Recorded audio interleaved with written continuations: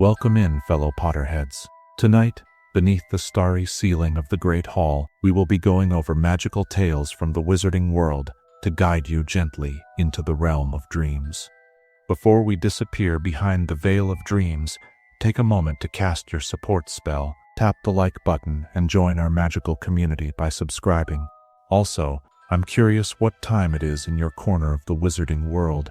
Whether you're watching from California, Hogsmeade, or London, share your location in the comments below. Your participation will be greatly appreciated and helps our magical community grow stronger. Now, the time for incantations has passed. Dim your lights, find your most comfortable position, and prepare to be transported to the world of witchcraft and wizardry as we begin tonight's magical tales. Chapter 1. The Magical Properties of Highland Magic. Long before the Ministry of Magic established its weather monitoring stations, long before modern wizards understood the intricate relationship between altitude and magical energy, ancient witches and wizards discovered something extraordinary about the Highlands. In the mist-shrouded peaks of Scotland, the rolling hills of Wales, and the ancient mountains that pierce the clouds across the wizarding world, magic behaves differently. It flows with a purity and intensity that lowland spells can barely match, creating phenomena that have captivated magical scholars for centuries. Imagine yourself standing on the windswept peak of Ben Nevis as dawn breaks across the Scottish Highlands. The air is thin here, each breath a conscious effort, yet something else fills your lungs alongside the crisp mountain atmosphere. It is magic itself, concentrated and refined by the very altitude that makes breathing difficult. Here, nearly 4,000 feet above sea level, spells cast with the same wand movements and incantations you might use in London or Edinburgh take on an entirely different character. They shimmer with enhanced clarity, their effects more pronounced, their duration extended by the unique properties of Highland magic. The first wizards to settle in these elevated regions quickly discovered that their magic was amplified in ways they had never experienced. A simple lumos charm, which might provide adequate illumination for reading in a cottage garden, bloomed into brilliant radiance that could light entire mountain valleys when cast at altitude. Healing spells, already delicate and complex, found new precision and potency among the peaks, leading to the establishment of some of the most renowned magical hospitals in remote Highland locations where the thin air itself seemed to assist in the restoration of magical injuries. But Highland magic is not simply a matter of increased power. The very nature of magical energy transforms as it rises through the layers of atmosphere. At sea level, magic flows like a gentle stream, predictable and manageable. As elevation increases, this magical current begins to behave more like a mountain river, swift, powerful, and occasionally unpredictable. Wizards who attempt to cast complex spells at high altitude without proper training often find their magic spiraling beyond their control, their carefully planned enchantments taking on a wild, untamed quality that reflects the rugged landscape around them. The ancient magical communities that thrived in Highland regions developed entirely unique approaches to spellcasting. In the remote villages nestled among the peaks of the Cairngorms, elderly witches still practice forms of magic that have remained unchanged for over 1,000 years. Their spells incorporate the natural rhythm of mountain winds, the patient persistence of weathered stone, and the crystalline clarity of air so pure it seems to sing with magical potential. These Highland practitioners learned to work with the intensified magical field rather than against it, developing techniques that allowed them to harness the increased power without losing control. One of the most remarkable aspects of Highland magic lies in its relationship with the atmospheric pressure that decreases with altitude. As the physical weight of air diminishes, magical energy seems to expand and intensify, creating what ancient wizarding scholars termed magical rarefaction. This phenomenon causes spells to spread further and penetrate deeper than they would at lower elevations. A protective charm cast around a Highland cottage might extend its influence for miles, creating invisible barriers that follow the contours of ridges and valleys in patterns would be impossible to achieve in the dense magical atmosphere of lowland regions. The seasonal variations in Highland magic add another layer of complexity to this already intricate subject. During winter months, when snow caps the peaks and temperatures plummet far below what lowland areas experience, magical energy becomes crystallized, taking on properties similar to the ice that forms on mountain streams. Spells cast during these frozen months have a permanence and clarity that summer magic cannot match, leading to the Highland tradition of performing the most important magical workings during the deep winter, when the mountain peaks are locked in ice and silence. Conversely, the brief Highland summers bring their own magical phenomena. As warmth finally reaches the highest elevations, the accumulated magical energy of the long winter months is released in spectacular displays. Highland wizards describe these summer magical storms as breathtaking events where aurora-like lights dance between the peaks, and spells cast during these periods can achieve effects that border on the miraculous. Ancient records speak of Highland healers who could mend bones with a touch during these magical summers, and of transfiguration masters who could reshape entire landscapes with carefully timed spells. The geological foundations of Highland regions contribute significantly to their magical properties. The ancient rocks that form mountain cores, granite, quartzite, and schist that have endured for millions of years, act as natural magical conductors and amplifiers. These stone formations create a stable foundation for magical energy, allowing it to build and concentrate over time, rather than dissipating as it does in regions with younger, less stable geological structures. Wizards who have studied Highland magic often speak of feeling connected to something far older and more permanent than human civilization when they cast spells among these ancient stones. Water, too, plays a crucial role in Highland magical phenomena. The streams and lochs that gather in mountain valleys carry magical energy down from the peaks, creating networks of power that connect distant Highland communities. The legendary magical properties of Scottish loch water are not mere folklore, but documented fact, with ministry researchers confirming that water collected from Highland sources maintains enhanced magical conductivity for months after being removed from its mountain source. Highland brewers of magical potions have long known this secret, traveling great distances to collect water from specific mountain springs whose magical properties enhance particular types of magical preparations.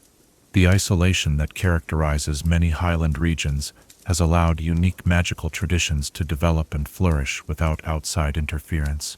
In valleys so remote that they receive visitors perhaps once per generation, magical practices have evolved along entirely independent paths.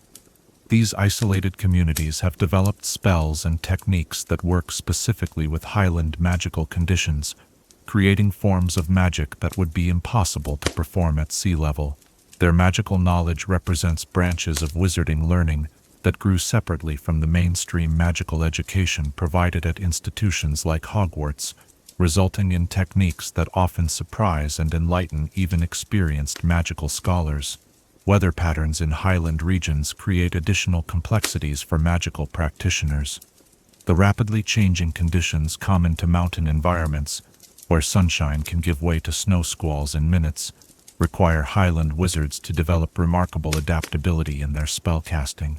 Traditional lowland magic often relies on stable conditions and predictable environments, but Highland magic must account for sudden shifts in temperature, pressure, and magical energy levels.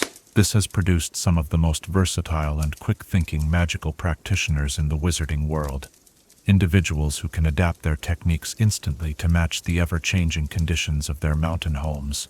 The aurora effects that sometimes dance above Highland regions during particularly intense magical activity reveal another fascinating aspect of high-altitude magic.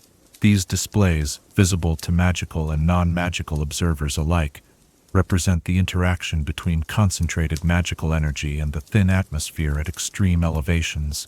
Ancient Highland wizards interpreted these lights as messages from the magical realm itself, and modern magical researchers have confirmed that these aurora often coincide with periods of enhanced magical activity across entire mountain ranges.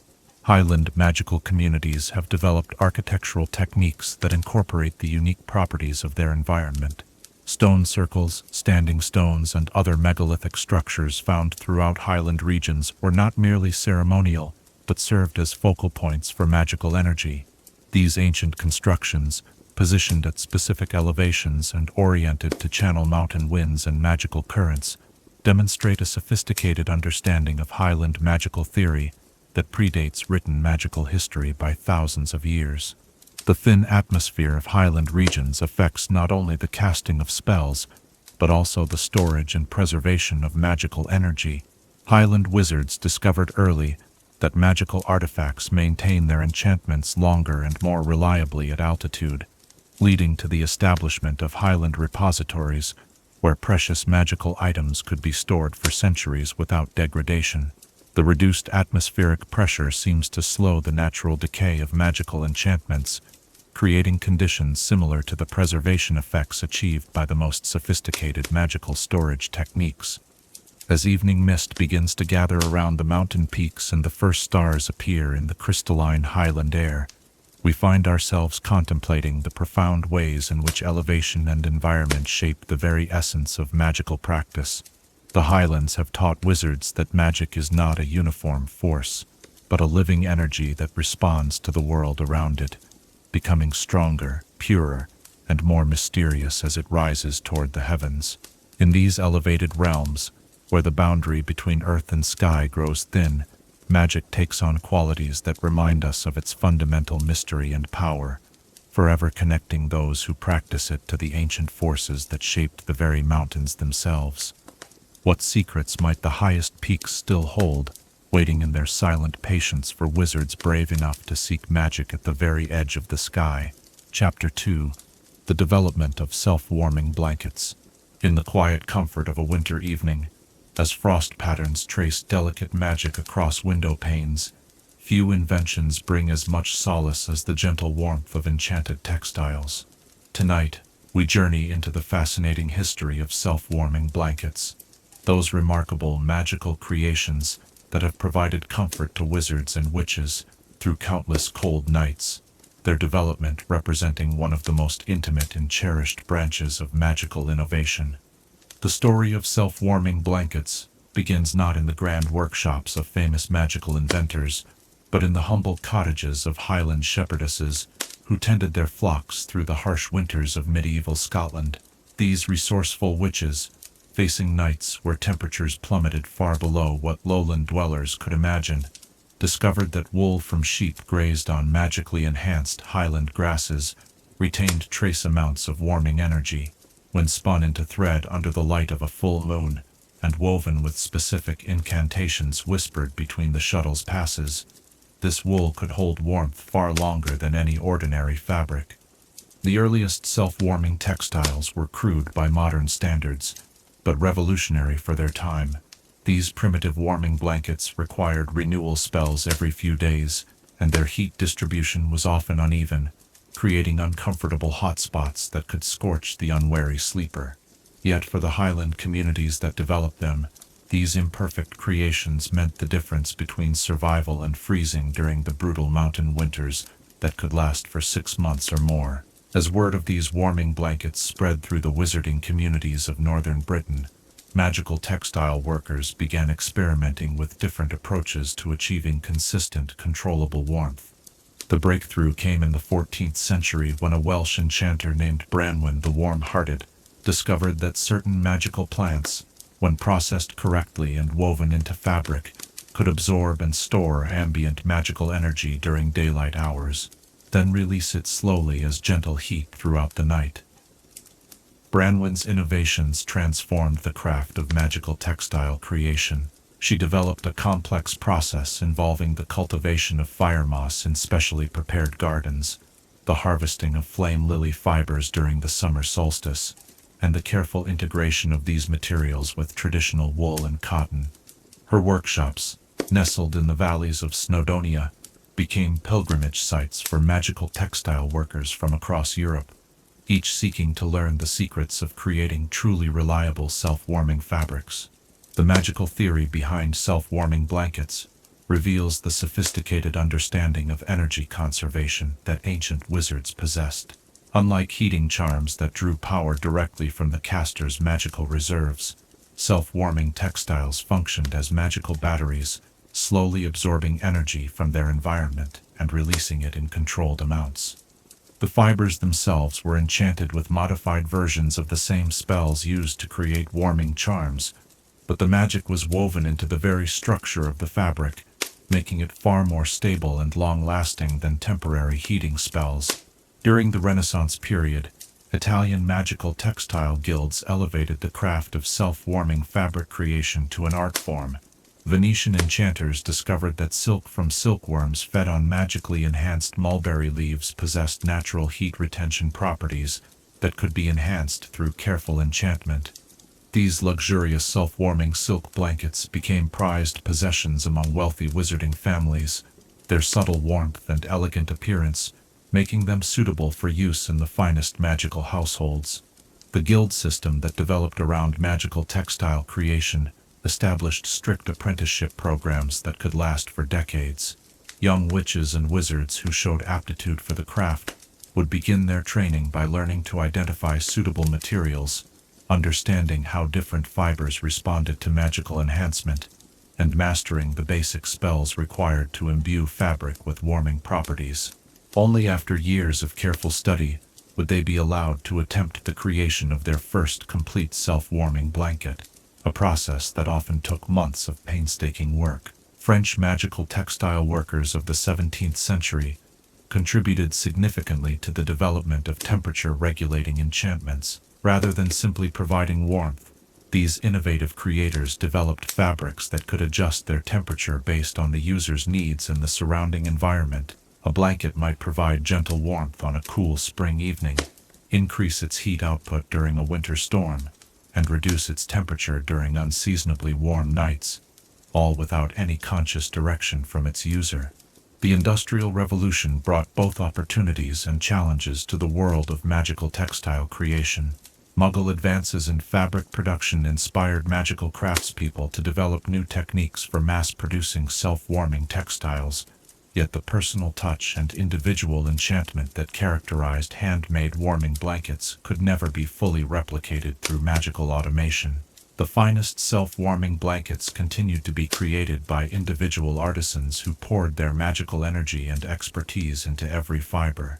British magical textile workers of the Victorian era became renowned for their creation of self-warming travel blankets, lightweight fabrics that could provide warmth equivalent to heavy woolen blankets, while weighing no more than a summer shawl. These innovations proved invaluable to magical explorers, diplomats, and researchers who needed to travel to harsh climates, while maintaining the comfort necessary for effective magical work. The warming travel blankets used by ministry expedition teams exploring the magical communities of Siberia and the Himalayas represented the pinnacle of 19th-century magical textile engineering. The standardization of magical education brought new theoretical understanding to the craft of creating self-warming textiles. Hogwarts professors in the late 1800s established formal curricula for magical textile studies, teaching students not only the practical skills needed to create warming fabrics, but also the underlying magical theory that governed their function.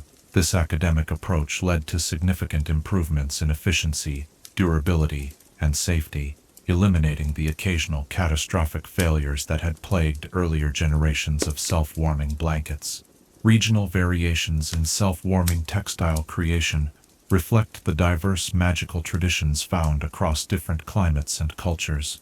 Scandinavian warming blankets incorporated runes that channeled the aurora's energy into gentle heat, while Mediterranean versions used solar absorption techniques that stored the intense heat of summer days for release during cooler nights. Each tradition developed unique approaches to the fundamental challenge of creating fabric that could provide consistent, comfortable warmth without external magical input. The 20th century witnessed remarkable advances in the magical understanding of thermal regulation.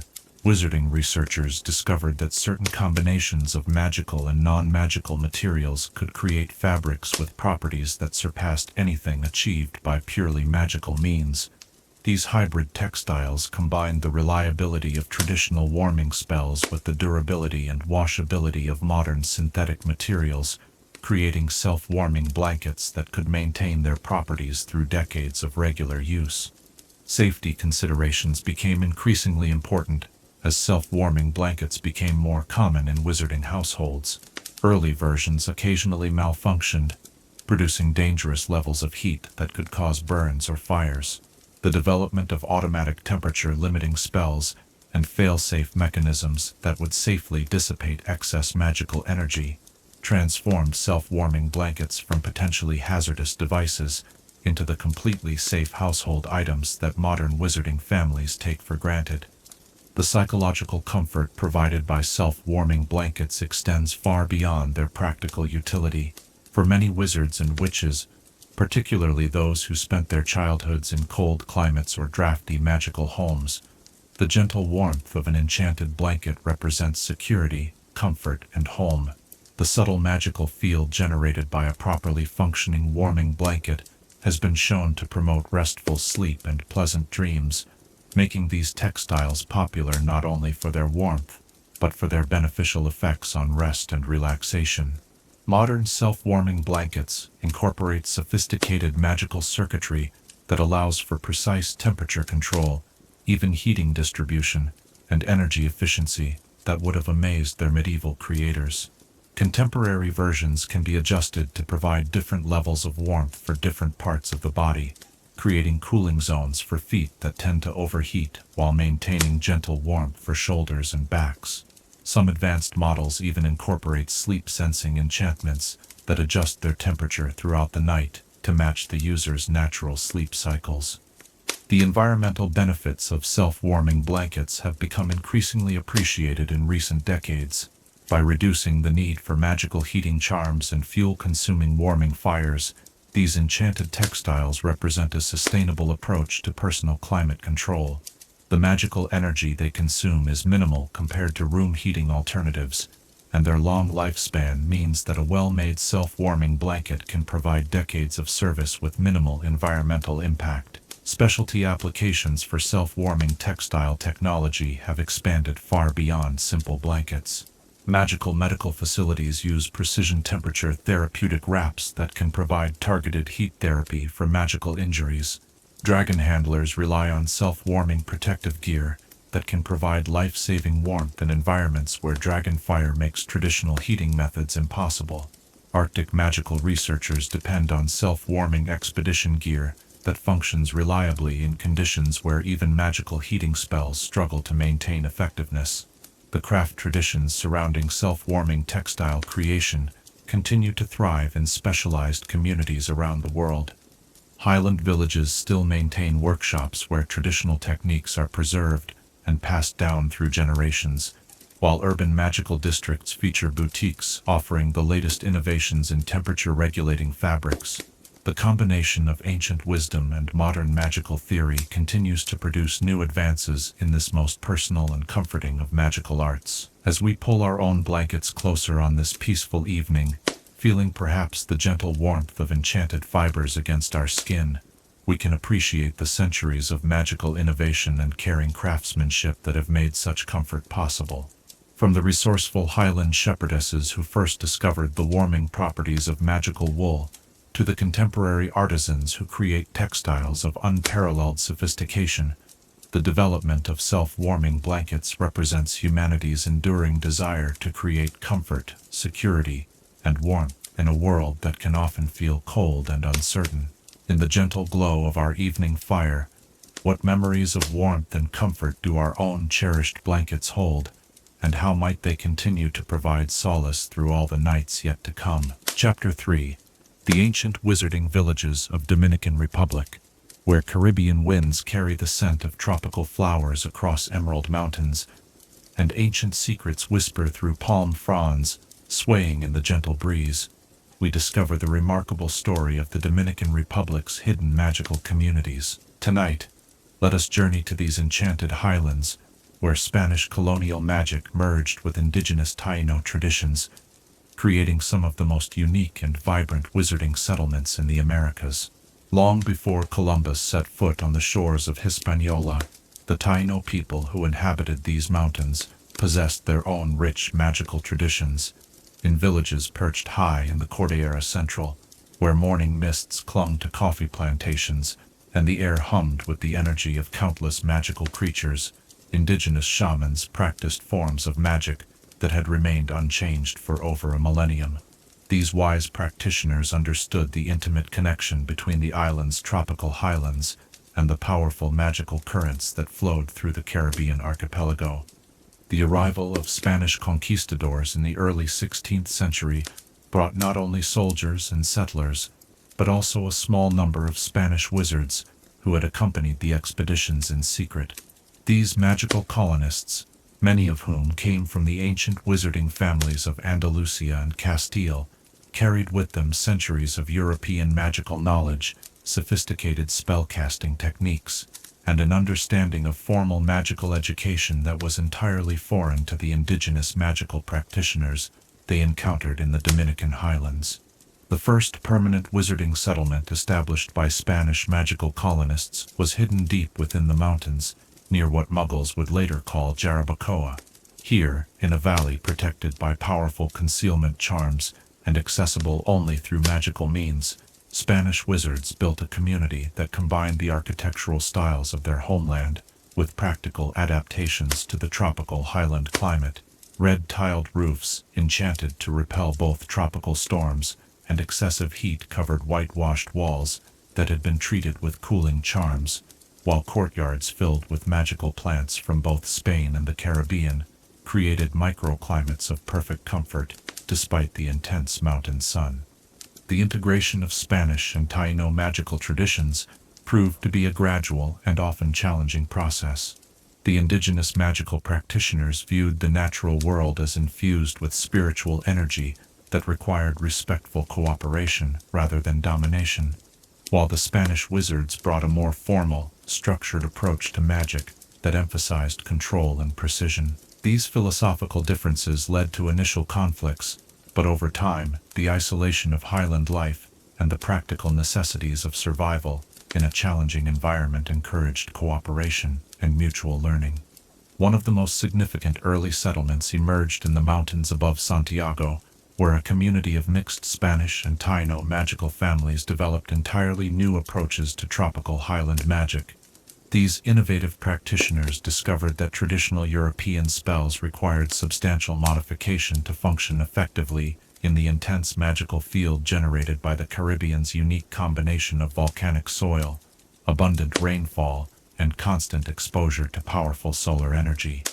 They developed new techniques for weather magic that could protect crops from both drought and devastating tropical storms, healing magic that incorporated the powerful medicinal properties of indigenous plants, and protective spells that could defend against the dangerous magical creatures that inhabited the deepest parts of the tropical forests. The architecture of Dominican wizarding villages reflects this unique cultural fusion in remarkable ways. Traditional Spanish magical construction techniques were adapted to incorporate Taino building methods that had been perfected over centuries of highland living. Houses were built with thick stone walls that provided protection from hurricanes, while incorporating indigenous ventilation systems that kept interiors cool during the hottest months. Magical gardens surrounding these homes featured careful combinations of European magical plants and indigenous species, creating botanical sanctuaries where rare medicinal herbs and spell components could thrive under the careful tending of families who had learned to blend the agricultural wisdom of two worlds. The village of Esperanza Magica, hidden high in the mountains near Constanza, became renowned throughout the Caribbean magical community for its development of hurricane-resistant magical architecture. The witches and wizards of this settlement, having experienced the devastating power of tropical storms that could destroy even magically protected buildings, developed revolutionary new techniques for creating structures that could withstand winds exceeding 200 miles per hour. Their innovations, which combined Spanish stoneworking magic with indigenous knowledge of how natural materials responded to extreme weather, were eventually adopted by magical communities throughout the Caribbean basin. Religious syncretism played a significant role in the development of Dominican magical traditions. The Catholic faith brought by Spanish colonists blended with indigenous spiritual beliefs and, later, with African religious traditions brought by enslaved peoples who were transported to the island.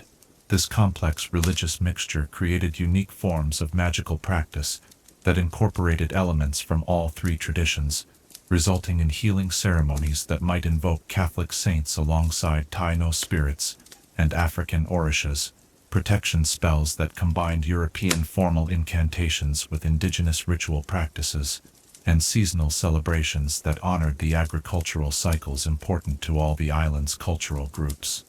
The village of Monte Sagrado, established in the 17th century in the remote peaks of the Cordillera Septentrional, became famous for its development of coffee magic. The highland climate of this region proved ideal for growing magical varieties of coffee that possessed properties unknown to Muggle cultivators. These enchanted coffee beans, when properly prepared and brewed according to secret family recipes, could enhance magical concentration, improve spell accuracy, and provide the sustained energy necessary for complex magical workings. The coffee magic developed in Monte Sagrado became so sophisticated that magical coffee from the Dominican Highlands was eventually exported to wizarding communities throughout the Americas and Europe. The isolation that protected these highland magical communities also preserved unique traditions that might otherwise have been lost to the homogenizing influence of colonial administration. In villages where the nearest Muggle settlement was days of difficult travel away, ancient Taino magical practices continued to be taught and practiced alongside Spanish magical techniques. Young witches and wizards learned to call upon the spirits of the ceiba trees, to read the future in the patterns of hummingbird flight, and to commune with the powerful magical energies that flowed through the island's network of underground rivers and cenotes. The magical flora of the Dominican Highlands provided these communities with spell components of extraordinary potency and variety. The tropical mountain forests contained plants found nowhere else in the Caribbean, many of which possessed magical properties that had been known to indigenous practitioners for centuries, but were completely unfamiliar to European magical herbalists.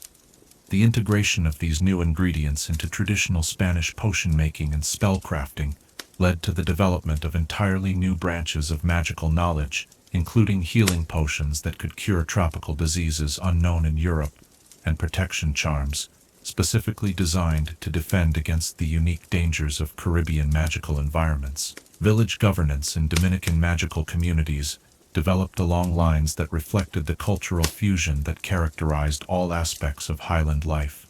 Traditional Spanish models of magical administration, with their emphasis on formal hierarchy and written law, were modified to incorporate indigenous concepts of consensus building and community decision-making. Village councils typically included representatives from all the major cultural groups within the community, and important decisions were made through lengthy consultation processes that ensured all voices were heard and all traditions were respected. The seasonal rhythms of Dominican Highland magical communities followed patterns that were unlike those found anywhere else in the wizarding world. Rather than the four-season cycle that governed European magical traditions, Caribbean Highland magic recognized two primary seasons: the wet season that brought intense magical energy, along with torrential rains, and the dry season when magical power was more stable but required careful conservation. Village celebrations, magical workings, and agricultural activities were all timed to take advantage of these seasonal variations in magical energy, creating annual cycles that were perfectly adapted to the unique characteristics of tropical highland magic. Trade relationships between Dominican magical villages and other Caribbean wizarding communities developed along ancient indigenous trade routes that had connected the islands for centuries before European arrival. Magical goods from the Dominican Highlands, particularly enchanted coffee, tropical magical plants, and hurricane-resistant building materials, were traded for magical supplies from Jamaica, Cuba, and the smaller Caribbean islands. These trade networks helped spread Dominican magical innovations throughout the region, while bringing new ideas and techniques back to the Highland communities. The preservation of historical knowledge in Dominican magical villages relied heavily on oral tradition, as the humid Highland climate made the long-term storage of written materials extremely difficult. Village elders became living repositories of magical knowledge, memorizing not only spells and techniques, but also the stories, genealogies, and cultural traditions that connected their communities to both their Spanish and indigenous roots. These oral histories, passed down through generations of careful teaching, preserve details of magical practice and community life that provide invaluable insights into the development of Caribbean wizarding culture. During the colonial period, Dominican magical communities faced unique challenges in maintaining their independence while avoiding unwanted attention from Spanish colonial authorities. The Highland villages developed sophisticated networks of communication and mutual support that allowed them to coordinate their responses to external threats, while maintaining the secrecy that was essential to their survival. These networks, which relied on magical communication methods that combined indigenous smoke signals with Spanish scrying techniques, enabled Highland communities to warn each other of approaching dangers and to coordinate magical defenses when necessary. The magical education provided in Dominican Highland villages reflected the multicultural character of these communities in fascinating ways. Young witches and wizards learned not only the formal spell-casting techniques of European tradition, but also the intuitive, nature-based magical practices of their indigenous ancestors. They studied the preparation of traditional Spanish magical potions alongside the brewing of indigenous healing teas, learned to read both European astronomical charts and traditional Taino weather signs, and mastered protective spells that drew upon multiple magical traditions for their power and effectiveness. As evening settles over the misty peaks where these ancient communities still maintain their timeless traditions, we can imagine the gentle glow of magical lights beginning to flicker in village windows, the soft murmur of conversations conducted in the mixture of Spanish and indigenous languages that characterizes Highland life, and the ever-present sound of tropical birds calling from the forest canopy that surrounds these hidden settlements. In these magical communities, where the wisdom of multiple cultures has been woven together like the intricate patterns of a traditional textile, the past continues to live alongside the present in perfect harmony. What other hidden valleys might still shelter these ancient communities, and what secrets of multicultural magic do they continue to preserve in their mountain solitude? Chapter 4. The different types of magical documentation. In the hushed silence of ancient libraries, where parchment whispers secrets to those who know how to listen, we discover one of the most essential yet often overlooked aspects of the wizarding world, the vast and varied universe of magical documentation. Tonight, we shall explore the remarkable methods by which wizards and witches have recorded, preserved, and transmitted knowledge across the centuries, from simple spell notations to the most complex magical contracts that bind entire wizarding governments. The earliest forms of magical documentation were far removed from the neat parchments and bound volumes that fill modern magical libraries. Ancient wizards carved their most important spells and magical knowledge directly into stone, using techniques that fused the written symbols with the rock itself through powerful preservation charms. These stone tablets, some of which still exist in the deepest vaults of places like Gringotts Bank and the Department of Mysteries, required enormous magical energy to create but offered the advantage of being virtually indestructible. The knowledge they contained could survive earthquakes, floods, and even direct magical attacks that would reduce ordinary parchment to ash. Egyptian magical scribes developed some of the most sophisticated early documentation methods, creating papyrus scrolls that were not merely written upon but actually infused with the magical knowledge they described. These enchanted scrolls could demonstrate the spells they documented, allowing readers to observe the proper wand movements and magical effects directly from the parchment itself. The creation of such interactive documentation required master scribes, who were accomplished wizards in their own right, capable of binding complex magic into the very fibers of the writing material. while maintaining the stability necessary for long-term preservation. Medieval European magical documentation took on characteristics that reflected the secretive nature of wizarding society during periods of persecution. Magical texts from this era often employed elaborate concealment techniques that made them appear to be ordinary religious manuscripts or mundane household records to anyone without magical ability. A cookbook might actually contain potions recipes hidden between instructions for preparing ordinary meals, while a book of psalms could conceal powerful defensive spells within what appeared to be religious devotions. These deceptive documents required readers to possess not only magical ability, but also knowledge of the specific codes and symbols used by different magical communities. The development of self-updating magical documentation represents one of the most remarkable innovations in wizarding record-keeping. These enchanted documents, first created by Byzantine magical scholars in the 8th century, could automatically incorporate new information related to their subject matter without any direct intervention from their creators. The Marauder's Map, familiar to many through its use at Hogwarts, represents a simplified version of this ancient technique, showing the real-time locations of individuals within the castle. More complex versions maintained by the Ministry of Magic can track changes in wizarding law, update genealogical records as new births and deaths occur, and even monitor the magical signatures of dangerous criminals across multiple countries. Magical contracts and agreements form a specialized category of documentation that serves functions impossible in the Muggle world. These documents, when properly prepared and signed, create binding magical obligations that cannot be broken without severe consequences to the violating party.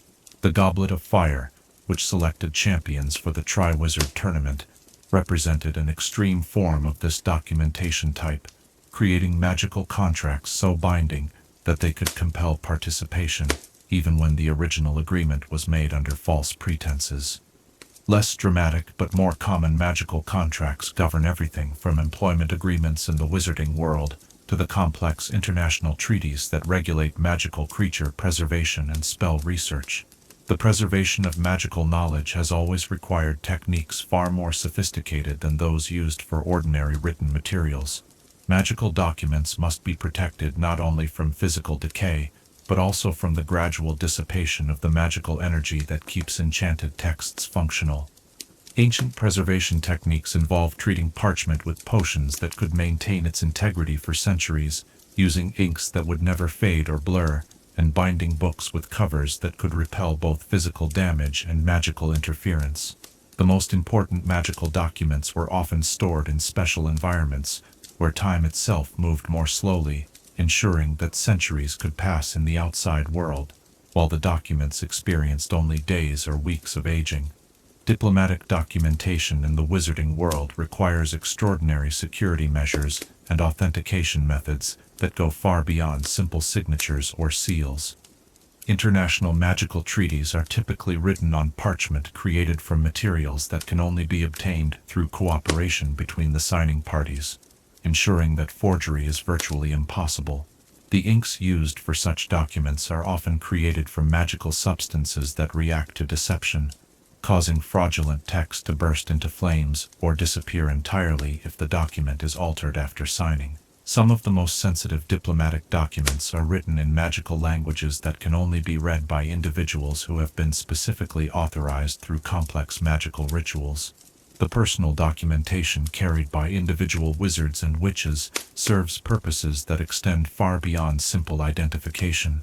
Magical passports contain enchantments that verify not only the holder's identity, but also their magical abilities, criminal history, and authorized access to various magical locations and services. These documents are updated automatically as their holders' circumstances change, making them virtually impossible to forge or falsify. The loss of such documentation can create serious difficulties for wizards traveling between magical communities, as the verification spells built into these documents are often the only means of confirming identity in societies where magical disguise and transformation are commonplace. Academic magical documentation has developed along unique lines that reflect the special challenges of recording and transmitting magical knowledge. Magical textbooks often contain spells that help students understand complex concepts, allowing the books themselves to provide additional instruction beyond what is written on their pages.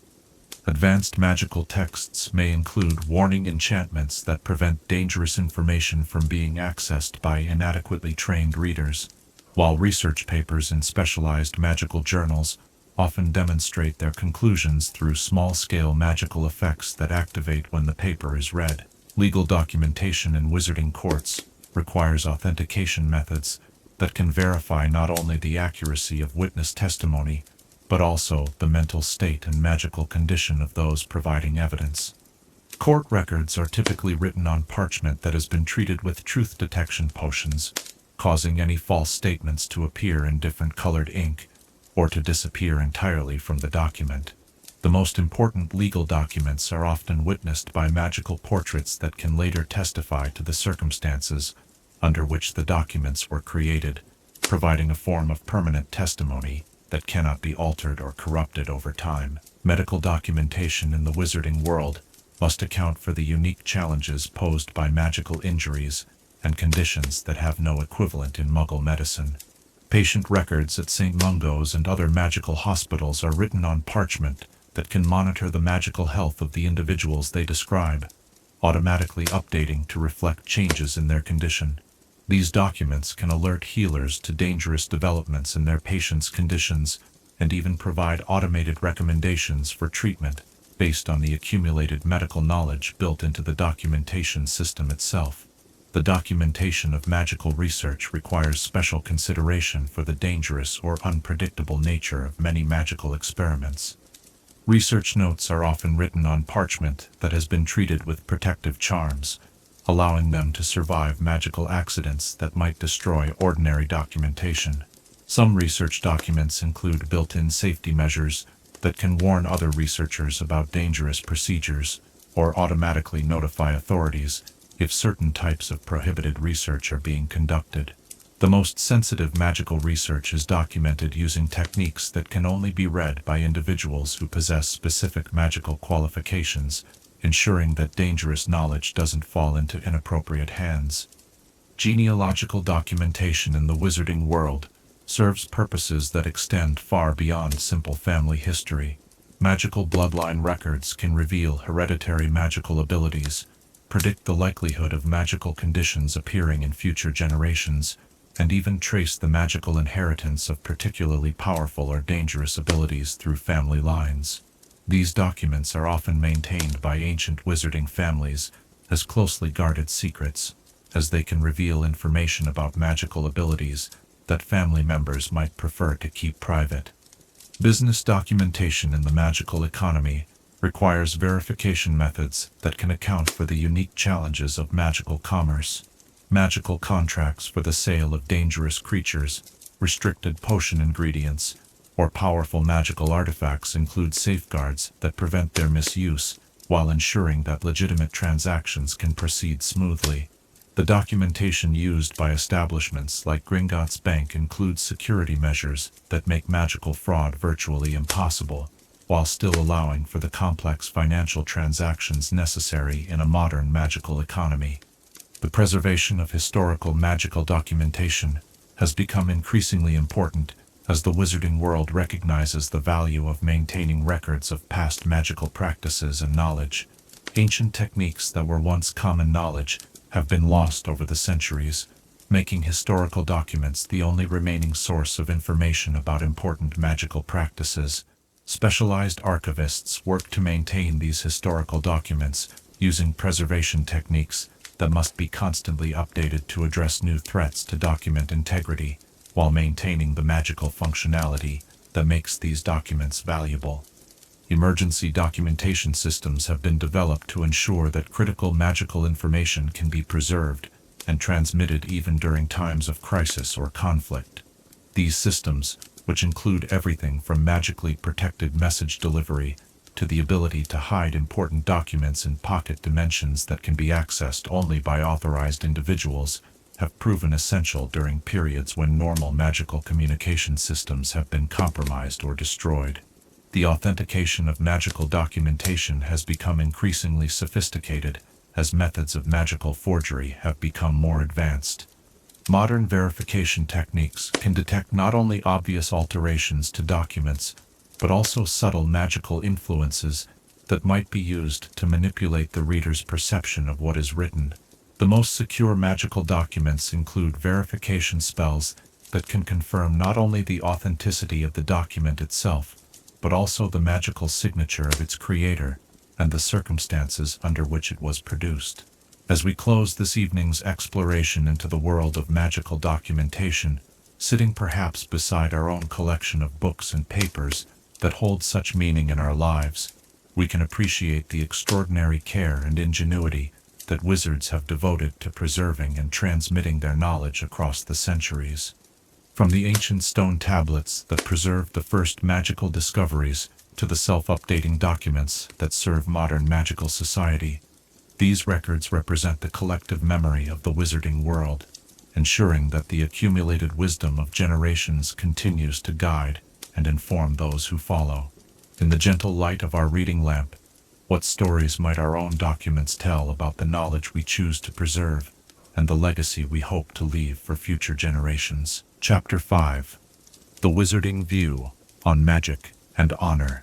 In the quiet contemplation of a starlit evening, when the weight of moral choices settles upon our hearts like morning dew upon autumn leaves, we turn our attention to one of the most profound aspects of wizarding philosophy, the intricate relationship between magical power and personal honor. Tonight, we shall explore how generations of witches and wizards have grappled with questions that strike at the very heart of what it means to wield magic responsibly, and how the concept of honor has shaped magical society's understanding of right and wrong. The foundations of wizarding honor were laid in the earliest days of organized magical society, when the first witches and wizards recognized that their extraordinary abilities came with equally extraordinary responsibilities. Unlike muggles whose actions were limited by the constraints of natural law and physical capability, magical individuals possessed the power to reshape reality itself, to peer into minds, to extend or end life with a few spoken words. This awesome capability demanded a moral framework that could guide the use of such power, leading to the development of honor codes that emphasized restraint, wisdom, and the protection of those unable to protect themselves. Ancient magical societies understood honor not as a simple set of rules to be followed, but as a living principle that required constant attention and refinement. In the Highland communities of medieval Scotland, young wizards underwent lengthy apprenticeships that focused as much on moral development as on magical skill. These apprentices learned that true magical mastery came not from the ability to cast the most powerful spells, but from the wisdom to know when magic should and should not be used. They were taught that every spell cast left its mark not only on the world, but on the wizard's own soul, and that the accumulation of honorable magical acts built a foundation of integrity that would support them throughout their lives. The concept of magical honor evolved differently across various wizarding cultures, reflecting the diverse values and challenges faced by magical communities around the world. Japanese magical practitioners developed elaborate codes of conduct that emphasized harmony between magical and natural forces, viewing any use of magic that disrupted this balance as fundamentally dishonorable. Their approach to magical honor stressed patience, contemplation, and the importance of understanding the full consequences of magical actions before undertaking them. A Japanese wizard might spend years studying a single spell, not to master its technical execution, but to fully comprehend its ethical implications and appropriate applications. European wizarding honor traditions were heavily influenced by the medieval concepts of chivalry and courtly conduct, creating elaborate social structures that governed magical behavior in both formal and informal settings. The notion of noblesse oblige, that privilege demands responsible behavior, became central to wizarding honor codes, with powerful magical families expected to use their abilities in service of their communities, rather than for personal gain. This tradition gave rise to magical orders of knighthood, exclusive organizations whose members pledged to use their magical abilities to to protect the innocent and uphold justice, even at great personal cost. The relationship between magical power and personal integrity has long fascinated wizarding philosophers and ethicists. Ancient magical texts speak of the corruption of easy power, warning that individuals who rely too heavily on magic to solve their problems may gradually lose their ability to exercise moral judgment. This concern led to the development of honor codes that specifically limited the use of magic in certain circumstances, requiring wizards to engage with the world through non-magical means whenever possible. Some magical traditions went so far as to establish periods of voluntary magical abstinence, during which practitioners would forego the use of all but the most essential spells, as a means of maintaining their connection to non-magical moral reasoning.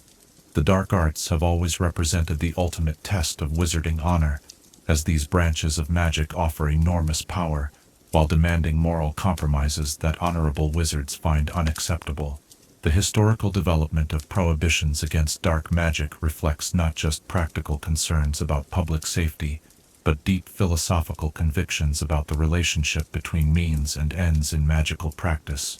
Honor codes consistently emphasized that no goal, however noble, could justify the use of magical techniques that corrupted the practitioner or caused unnecessary suffering to others. This principle led to some of the most agonizing moral dilemmas in wizarding history, as honorable wizards were forced to choose between achieving important objectives and maintaining their ethical integrity.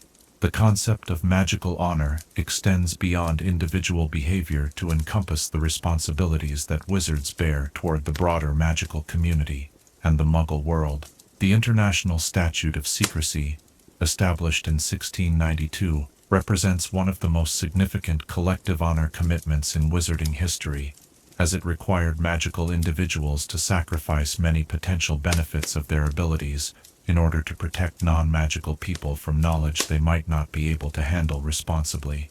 This statute demanded that every wizard and witch accept personal inconvenience and limitation as the price of maintaining the honor of the magical community as a whole. The teaching of magical honor has always been considered one of the most challenging aspects of magical education. Unlike spellcasting techniques, which can be demonstrated and practiced through repetition, honor must be cultivated through experience, reflection, and the gradual development of moral intuition. The finest magic. Educators understood that students needed to grapple with real moral dilemmas in order to develop their ethical reasoning abilities, leading to teaching methods that presented students with complex scenarios where the honorable course of action was not immediately obvious. These educational approaches recognized that magical honor could not be simply memorized like a potion recipe, but had to be internalized through practice and commitment. Family traditions played a crucial role in transmitting concepts of magical honor from one generation to the next. Ancient wizarding families developed elaborate codes of conduct that governed everything from the appropriate use of family magic to the proper behavior expected in social situations. These family honor codes often included specific prohibitions against certain types of magic, requirements for community service, and expectations about how family members should conduct themselves in their professional and personal lives. The weight of family honor could be both a source of strength and a burden, as individual wizards struggled to balance personal desires with the expectations of their magical heritage. The role of honor in magical governance has shaped the development of wizarding political institutions throughout history. The Wizengamot, Britain's magical governing body, was founded on principles that emphasized the honor and integrity of its members rather than simple democratic representation.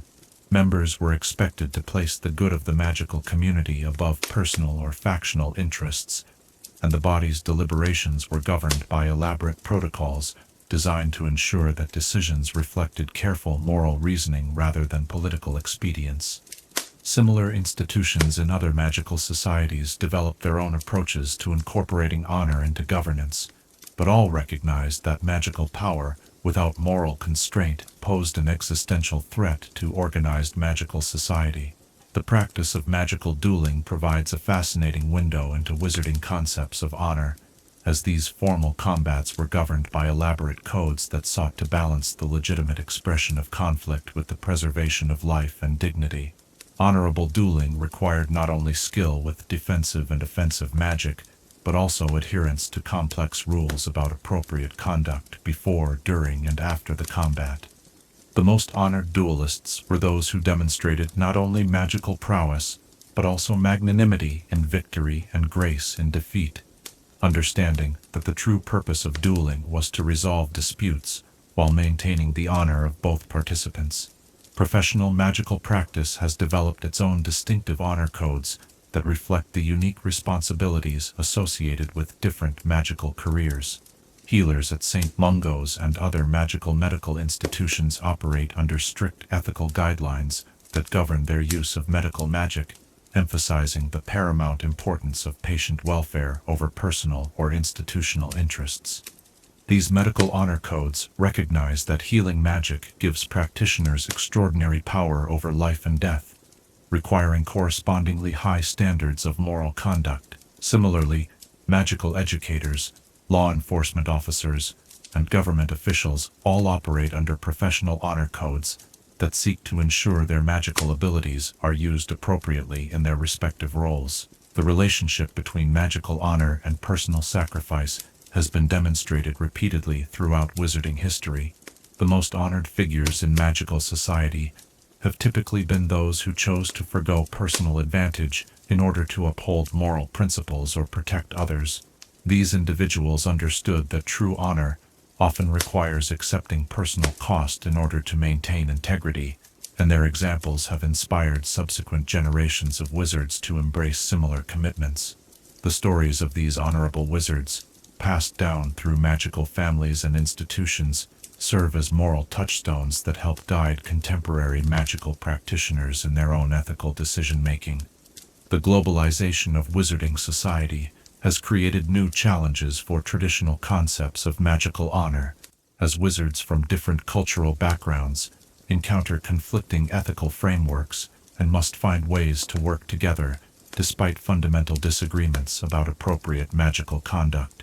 International magical organizations have developed complex protocols for addressing these differences, seeking to establish common ground while respecting the diverse honor traditions that enrich the global magical community. These efforts recognize that magical honor, while universal in its importance, must be flexible enough to accommodate the legitimate diversity of wizarding cultures and traditions. The preservation of magical honor in times of crisis represents one of the greatest challenges facing the wizarding world. During periods of conflict or social upheaval, the temptation to abandon honorable conduct in favor of expedient action becomes particularly strong, as individuals and institutions face pressure to compromise their principles in order to achieve important objectives. The history of magical society includes numerous examples of both those who maintained their honor, despite enormous pressure, and those who allowed circumstances to corrupt their moral judgment, providing valuable lessons about the importance of remaining committed to ethical principles, even when such commitment demands personal sacrifice. The future of magical honor depends largely on the ability of magical educators and leaders to adapt traditional ethical frameworks to address new challenges while preserving the fundamental principles that have guided honorable magical conduct for centuries. As magical technology becomes more sophisticated, and the boundaries between magical and non-magical society continue to evolve, wizards must develop new approaches to honor that can address unprecedented ethical dilemmas while maintaining connection to the wisdom accumulated by previous generations. This ongoing process of moral development ensures that the concept of magical honor remains relevant and vital for future generations of magical practitioners. As we reflect on these profound questions in the gentle silence of our evening contemplation, we are reminded that the true measure of magical ability lies not in the power of the spells we can cast, but in the wisdom and integrity with which we choose to use our gifts. The honor codes developed by generations of wizards before us offer guidance for navigating the moral complexities of magical life, but ultimately each individual must take personal responsibility for ensuring that their magical practice reflects the highest standards of ethical conduct. In the quiet moments before sleep, how do we ensure that our own choices, magical or otherwise, reflect the honor and integrity that we hope to be remembered for? Chapter 6. The Magic of Ancient Bosnia, where ancient mountains guard valleys filled with the whispers of forgotten spells, and medieval fortresses stand sentinel over lands where three great magical traditions once converged, we discover the extraordinary magical heritage of Bosnia. Tonight, let us journey to this crossroads of civilizations, where Ottoman mysticism, Slavic folk magic, and medieval European wizardry created one of the most complex and fascinating magical cultures in European history. The magical traditions of ancient Bosnia were shaped by the unique geography of this mountainous land, where deep valleys and high peaks created isolated communities that preserved distinct magical practices for centuries. Long before the Great Migrations brought Slavic peoples to the Balkans, the indigenous Illyrian tribes who inhabited these mountains possessed their own sophisticated understanding of magic, particularly the arts of stone speaking and mountain calling, that allowed them to communicate across vast distances through the very rocks themselves. These ancient practitioners understood that the limestone-karst landscape of their homeland was not merely geological but magical, with underground rivers and hidden caves forming a vast network of magical energy that connected distant communities and allowed for forms of magic unknown in other parts of Europe. The arrival of Slavic settlers in the 6th and 7th centuries brought new magical traditions that gradually merged with the existing Illyrian practices, creating hybrid forms of magic that reflected the cultural fusion occurring throughout the region. Slavic wizards brought with them deep knowledge of forest magic, seasonal celebrations tied to agricultural cycles, and sophisticated techniques for working with magical creatures that inhabited the dense woodlands covering much of the Balkan Peninsula.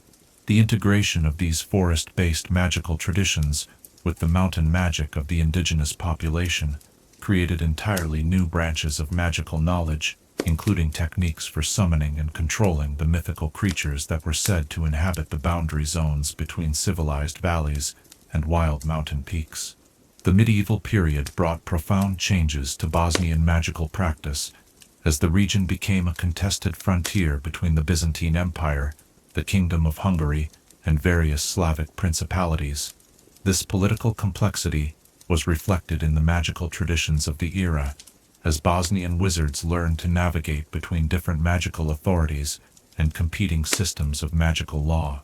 The establishment of the Bosnian kingdom in the 12th century provided a degree of stability that allowed local magical traditions to flourish, leading to the development of distinctively Bosnian approaches to protective magic, castle ward setting, and the magical arts associated with medieval warfare. The most distinctive feature of medieval Bosnian magic was its integration with the unique religious landscape of the region, where Catholic and Orthodox Christianity coexisted alongside the indigenous Bosnian Church, creating a complex spiritual environment that influenced magical practice in profound ways. Bosnian wizards developed techniques for blessing and consecrating magical objects that drew upon multiple religious traditions, creating protective talismans and magical implements that possessed an unusual stability and power. The famous Bosnian medieval tombstones, known as stici, were not merely burial markers, but magical focal points that helped maintain the spiritual and magical protection of entire communities.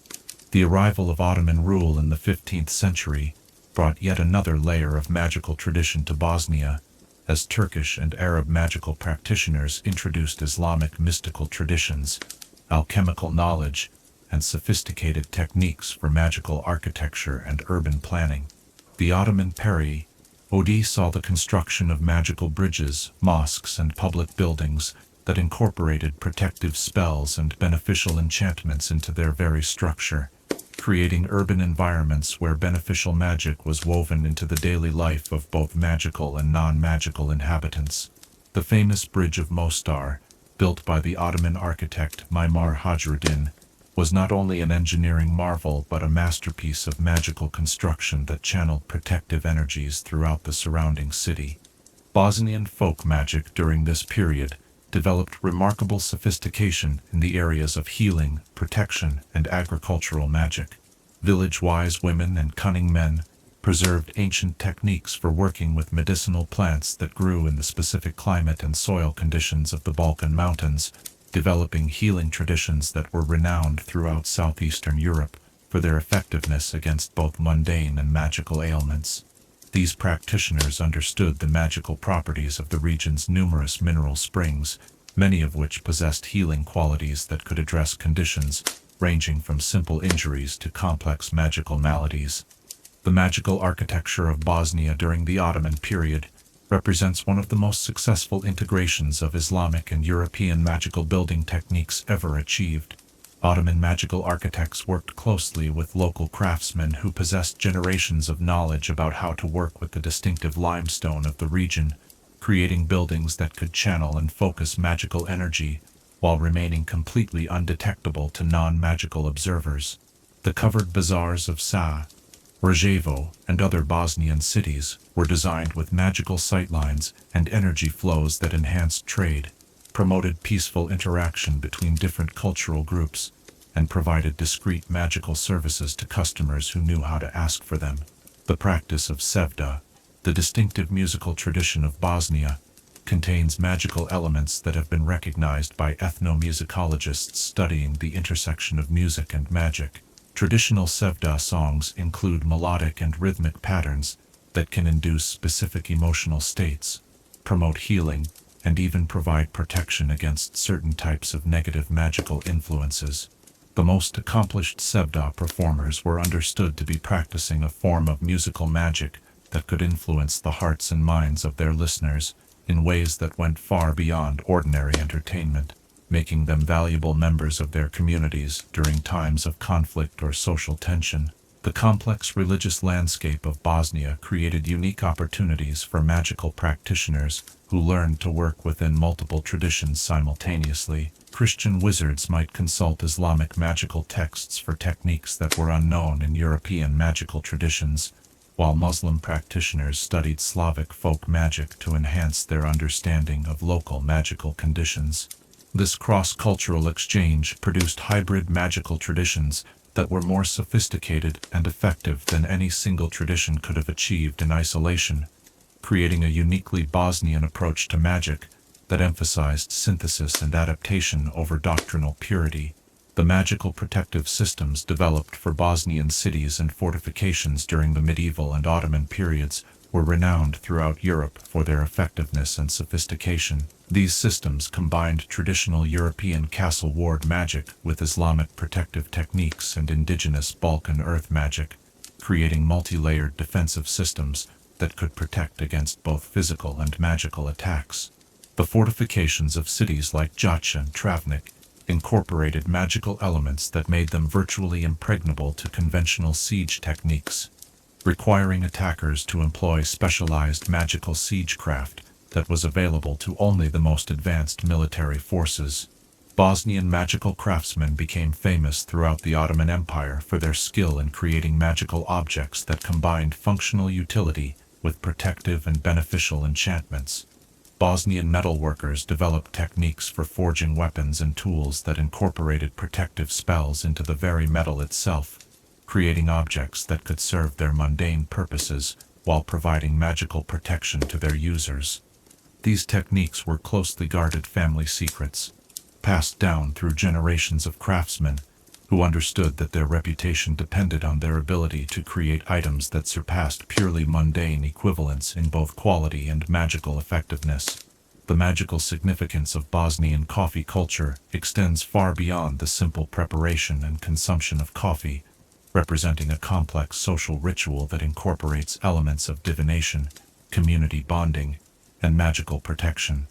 The traditional preparation of Bosnian coffee involves techniques that enhance the magical properties of the coffee beans, while the social customs surrounding coffee consumption create opportunities for discreet magical consultation and community magical working.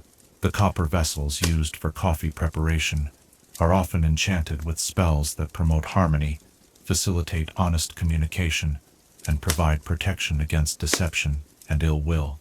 The preservation of ancient magical knowledge in Bosnia was greatly aided by the tradition of oral transmission that characterizes much of Balkan culture. Elder wizards and wise women maintained vast repositories of magical knowledge through memorization techniques that ensured accurate transmission across generations, even during periods when written magical texts were dangerous to possess or difficult to obtain. These oral traditions preserved not only specific spells and techniques, but also the cultural context and ethical framework necessary for understanding how these magical practices should be employed responsibly. The magical uses of Bosnian traditional architecture extend beyond simple protection to include techniques for enhancing the magical abilities of inhabitants and creating environments conducive to specific types of magical work.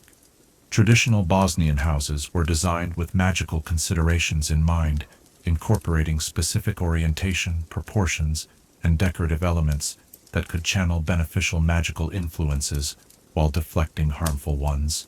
The courtyards, common in Ottoman period architecture, served not only practical functions, but also magical ones, creating protected spaces where household magic could be practiced safely and effectively. The tradition of Bosnian magical hospitality developed elaborate customs for protecting guests and ensuring their well-being during their stay. These traditions went far beyond simple courtesy to include magical techniques for shielding visitors from negative influences, promoting restful sleep, and ensuring safe travel upon departure. The magical protection offered to guests was considered a sacred obligation that could not be withdrawn even during times of conflict, creating networks of safe passage that allowed magical practitioners to travel throughout the region, even during periods of political instability. The magical medicinal traditions of Bosnia made extensive use of the region's rich biodiversity, particularly the numerous medicinal plants that thrived in the varied microclimates created by the mountainous terrain. Bosnian magical healers developed sophisticated understanding of how altitude, soil composition, and seasonal variation affected the magical properties of medicinal plants, allowing them to create healing preparations that were specifically tailored to local conditions and needs. Their knowledge of magical herbalism was so advanced that healers from other regions would travel great distances to learn from Bosnian masters. The decline of traditional Bosnian magical practice began in the 19th century, as modernization and political changes disrupted the social structures that had supported magical communities for centuries. The complex balance between different cultural and religious traditions that had made Bosnian magic so sophisticated also made it vulnerable to the nationalistic movements that sought to create ethnically pure states. Many magical traditions that had required cooperation between different cultural groups were lost as communities became increasingly isolated from one another. However, elements of traditional Bosnian magic have survived in folk customs, architectural traditions, and cultural practices that continue to be observed today. The magical principles underlying traditional Bosnian craftsmanship continue to influence contemporary artisans, while the protective and healing traditions developed over centuries of practice remain part of the cultural heritage of rural communities. Modern magical practitioners in Bosnia and the broader Balkans region continue to draw upon this rich heritage, adapting ancient techniques to address contemporary challenges while preserving the essential knowledge that represents centuries of magical innovation and cultural synthesis. As evening shadows fall across the valleys where these ancient magical traditions once flourished, we can imagine the gentle glow of copper vessels reflecting candlelight in traditional homes, the soft murmur of conversations that blend multiple languages and cultural traditions, and the enduring presence of protective magics woven into stone and timber by generations of skilled craftsmen. In this land where empires met and cultures merged, magic became a force for bringing people together rather than driving them apart, creating traditions of cooperation and mutual respect that continue to offer valuable lessons for our modern world. What wisdom from these ancient traditions of cultural synthesis and magical cooperation might help us navigate the challenges of our own increasingly interconnected world? Chapter 7. The Historical Evolution of Magical Honor Codes. Through the mists of time, where ancient wisdom meets the pressing needs of each new generation, we trace the remarkable journey of how magical societies have developed, refined, and adapted their codes of honor across the centuries. Tonight, we shall explore how these fundamental principles of magical conduct have evolved from simple tribal customs to the sophisticated ethical frameworks that guide wizarding society today, revealing the timeless human struggle to balance power with responsibility. The earliest magical honor codes emerged from the practical necessities of survival in communities where individuals possessed abilities that could easily harm their neighbors or disrupt the delicate balance of early agricultural societies. Among the first settled magical communities in ancient Mesopotamia, simple prohibitions against using magic to steal crops, influence weather patterns without community consent, or harm fellow villagers formed the foundation of what would eventually become elaborate systems of magical ethics. These primitive codes were enforced not by formal legal systems, but by community pressure and the understanding that violations of magical honor could result in exile from the protection and support that group membership provided. As magical communities grew larger and more complex, the need for more sophisticated honor codes became apparent. Ancient Egyptian magical society developed some of the first formal written codes of magical conduct, inscribed on papyrus scrolls that were kept in temple libraries and consulted when disputes arose about appropriate magical behavior. These Egyptian codes recognized that different types of magic required different ethical considerations, establishing separate guidelines for healing magic, agricultural magic, architectural magic, and the powerful death-related magic that played such an important role in Egyptian religious practice. The concept that magical power brought corresponding responsibility was central to these early codes, with more powerful wizards held to higher standards of conduct than those with lesser abilities. The classical civilizations of Greece and Rome contributed significantly to the philosophical foundations of magical honor codes, applying the rational analysis and systematic thinking that characterized their broader intellectual achievements to questions of magical ethics. Greek magical philosophers developed the concept of magical virtue, arguing that the proper use of magic required not only technical skill, but also the cultivation of wisdom, courage, temperance, and justice. These virtues were understood to be interconnected, with true magical mastery requiring the harmonious development of all four cardinal virtues, rather than excellence in any single area. Roman contributions to magical honor codes emphasized the importance of duty and service to the broader community, reflecting the civic-minded culture that characterized Roman society at its best. Roman magical codes established the principle that magical abilities were not private possessions to be used solely for personal benefit, but gifts that carried obligations to use them in service of the common good. This principle led to the development of formal magical civic roles, with wizards and witches expected to contribute their abilities to public projects, such as infrastructure, construction, agricultural improvement, and defense against magical threats. The rise of Christianity brought profound changes to magical honor codes throughout Europe, as magical practitioners grappled with religious teachings that emphasized humility, charity, and self-sacrifice. Christian magical codes placed particular emphasis on the use of magic for healing and helping others, while strictly prohibiting magical practices that could be seen as prideful, selfish, or harmful. The concept of magical sin entered ethical discourse during this period, with certain types of magic being classified as inherently corrupting to the practitioner regardless of their intentions. This period also saw the development of elaborate systems of magical penance and absolution, allowing practitioners who had violated honor codes to restore their standing through prescribed acts of service and self-denial. The medieval period witnessed the flowering of chivalric honor codes that profoundly influenced magical ethics throughout feudal Europe. The ideals of knightly virtue, courage, courtesy, honor, and protection of the weak were adapted to create magical codes of conduct that emphasized the warrior-protector role of magical practitioners. Medieval magical honor codes established the concept of magical noblesse oblige, requiring powerful wizards to use their abilities to defend their communities and protect those who could not protect themselves. This period also saw the development of formal magical orders that combined monastic discipline with chivalric ideals, creating communities of magical practitioners dedicated to specific forms of service. The Renaissance brought a revival of classical learning that significantly influenced the evolution of magical honor codes, as scholars rediscovered ancient texts on magical ethics and began to apply humanistic principles to questions of magical conduct. Renaissance magical codes emphasized the importance of education, intellectual curiosity, and the advancement of magical knowledge for the benefit of humanity.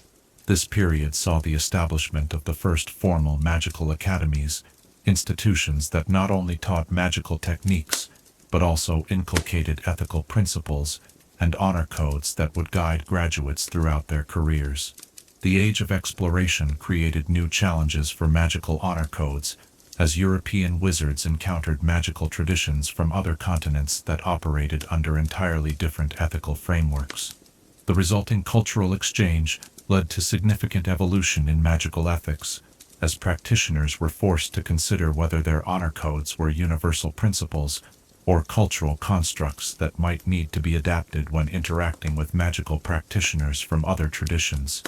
This period saw the development of comparative magical ethics, systematic attempts to identify common principles that could serve as the foundation for international magical cooperation. The Enlightenment brought rational analysis and systematic thinking to bear on questions of magical ethics, leading to honor codes that emphasized reason, evidence, and logical consistency over tradition and authority. Enlightenment magical philosophers argued that honor codes should be based on principles that could be rationally justified, rather than simply inherited from previous generations. This approach led to significant reforms in magical ethics, including the elimination of honor code provisions that were based on superstition or prejudice rather than sound moral reasoning. The Industrial Revolution created entirely new categories of magical ethical problems, as advances in both magical and non-magical technology created previously unimaginable possibilities for both benefit and harm. Industrial-era honor codes had to address questions about the appropriate use of magic in manufacturing, the ethical implications of magical automation that might eliminate jobs for non-magical workers, and the responsibilities of magical practitioners in an increasingly interconnected world where magical actions could have far-reaching consequences. The establishment of formal magical governments and legal systems in the 18th and 19th centuries necessitated the translation of traditional honor codes into formal legal frameworks that could be enforced through official institutions rather than community pressure alone. This process required careful consideration of which aspects of traditional honor codes should become matters of law and which should remain matters of personal conscience and community standard. The resulting legal codes represented compromises between different magical traditions and the practical necessities of governing diverse magical populations. The two world wars of the 20th century subjected magical honor codes to unprecedented stress as magical practitioners faced situations where traditional ethical guidelines provided inadequate guidance for the moral complexities of modern warfare. The development of increasingly powerful and destructive magic during this period forced magical societies to grapple with questions about the ethics of magical weapons, the responsibilities of magical practitioners in time of war, and the limits of what could be justified in the name of national defense or resistance to oppression. The post-war period saw significant efforts to develop international magical honor codes that could provide ethical frameworks for cooperation between magical communities that had previously operated under incompatible moral systems. These efforts resulted in international magical accords that established common standards for magical research, international magical cooperation, and the treatment of magical creatures and non-magical populations.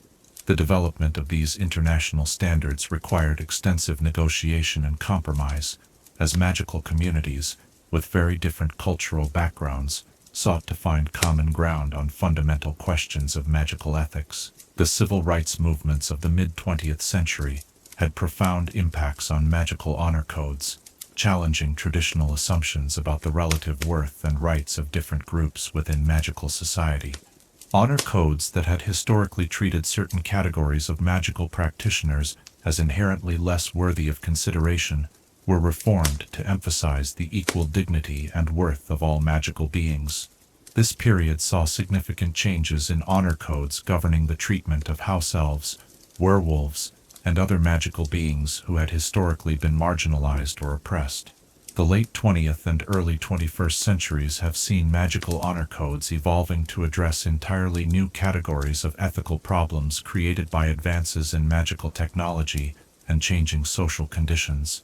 Modern honor codes must address questions about genetic magical enhancement, the ethics of magical surveillance and privacy, the responsibilities of magical practitioners in addressing global challenges like climate change, and the appropriate relationship between magical and non-magical societies in an increasingly interconnected world. Contemporary magical honor codes also reflect growing awareness of environmental ethics and the responsibilities of magical practitioners toward the natural world. Modern codes emphasize sustainable magical practices, the importance of preserving magical ecosystems, and the need to consider the environmental impact of magical activities. This environmental focus represents a significant evolution from earlier honor codes that were primarily concerned with relationships between magical practitioners and gave little consideration to the broader ecological consequences of magical activity.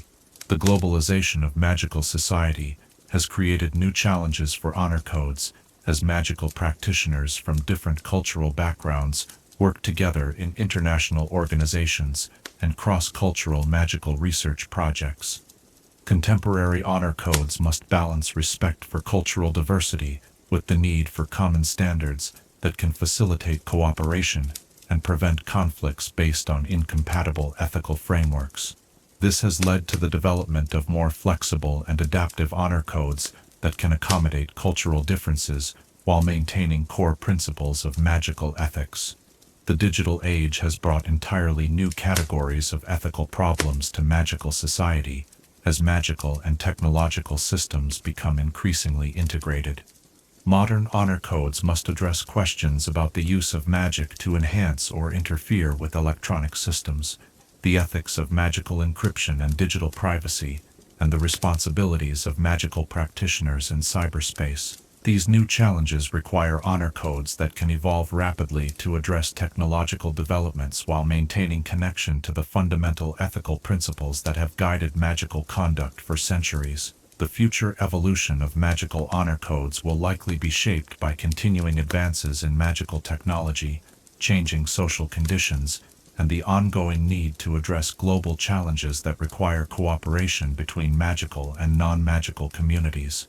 The principles that have guided this evolution throughout history, the emphasis on responsibility proportionate to power, the importance of service to others, and the need to balance individual freedom with community welfare, will likely continue to provide the foundation for whatever new forms magical honor codes may take in the years to come. As we reflect on this long journey of ethical development in the gentle quiet of our evening contemplation, we can appreciate how each generation of magical practitioners has struggled to understand their responsibilities and to create guidelines that could help them use their extraordinary abilities wisely and well.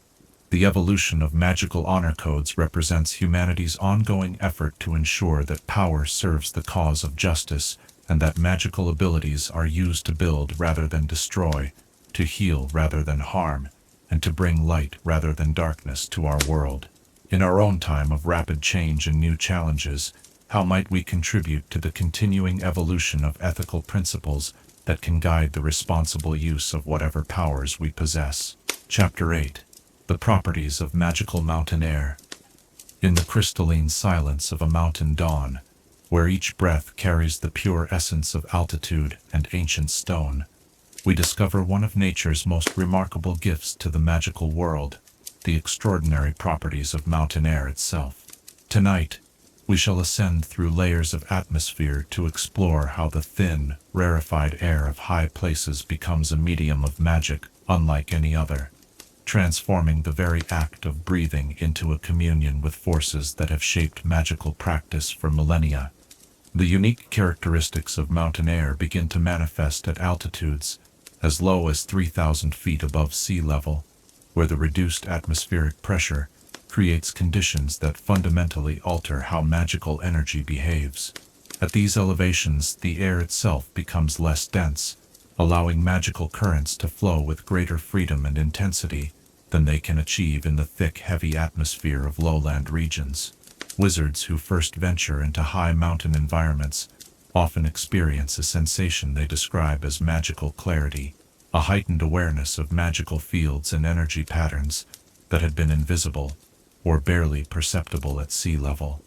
The scientific understanding of why mountain air possesses such remarkable magical properties involves complex interactions between atmospheric pressure, oxygen concentration, and the natural magical field that surrounds our world.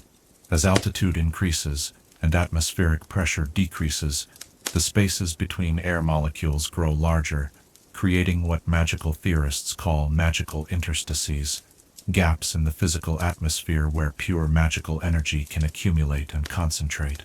These interstices act as natural reservoirs of magical power, allowing spells cast at altitude to draw upon energy sources that are simply unavailable in denser atmospheric conditions. Ancient magical practitioners were among the first to recognize and document the enhanced magical properties of mountain air.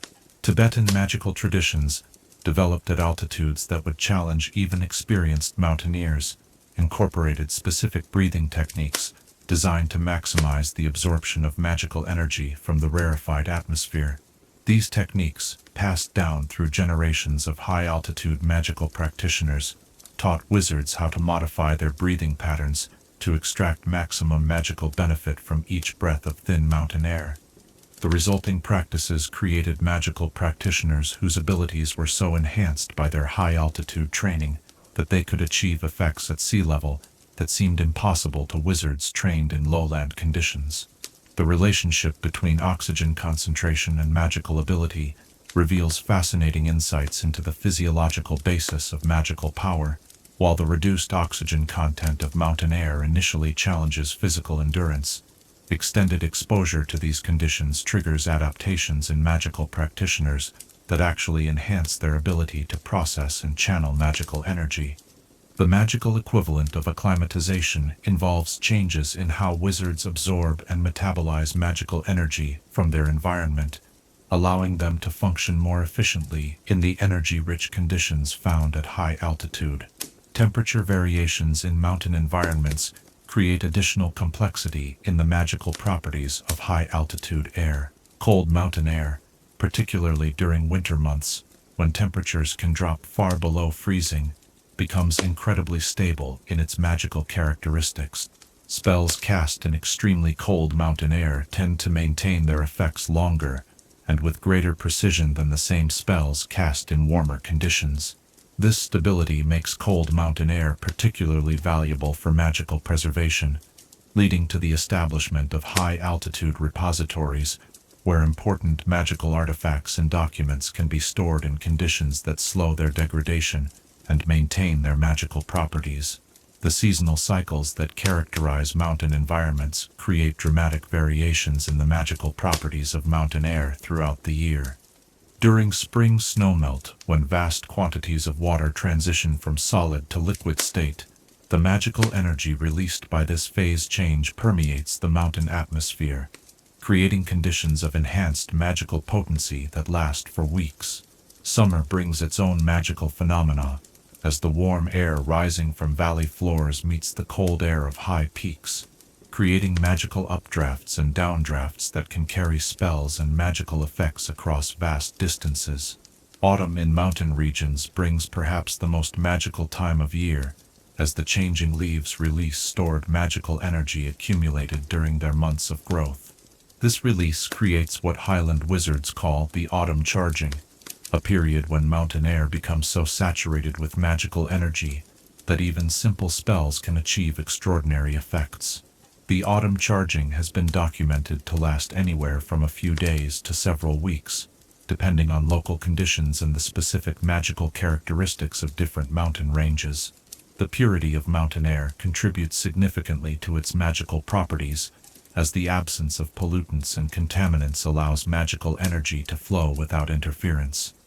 Industrial pollution, particularly from magical sources such as cauldron manufacturing and potion brewing, can significantly diminish the magical properties of air in populated areas. Mountain air, protected by distance from these sources of contamination, maintains a magical purity that enhances spell effectiveness and allows for magical techniques that would be impossible in polluted environments. Wind patterns in mountain regions create unique opportunities for magical practitioners who understand how to work with atmospheric currents to enhance their spellcasting. Mountain winds carry magical energy along predictable paths, following ridgelines and valley floors in patterns that experienced Highland wizards learned to read and utilize. Spells cast with the assistance of these magical wind currents can achieve range and power that far exceed what the same spells could accomplish in still air or in the chaotic wind patterns found in lowland regions. The acoustic properties of mountain air contribute to its magical characteristics in ways that are only beginning to be understood by magical researchers. The thin air of high altitudes carries sound differently than sea-level atmosphere, and these acoustic differences extend to the magical frequencies that are essential to effective spellcasting.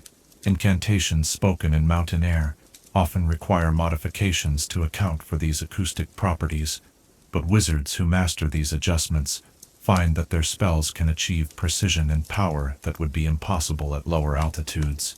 The interaction between mountain air and magical creatures reveals additional insights into the unique properties of high-altitude atmosphere.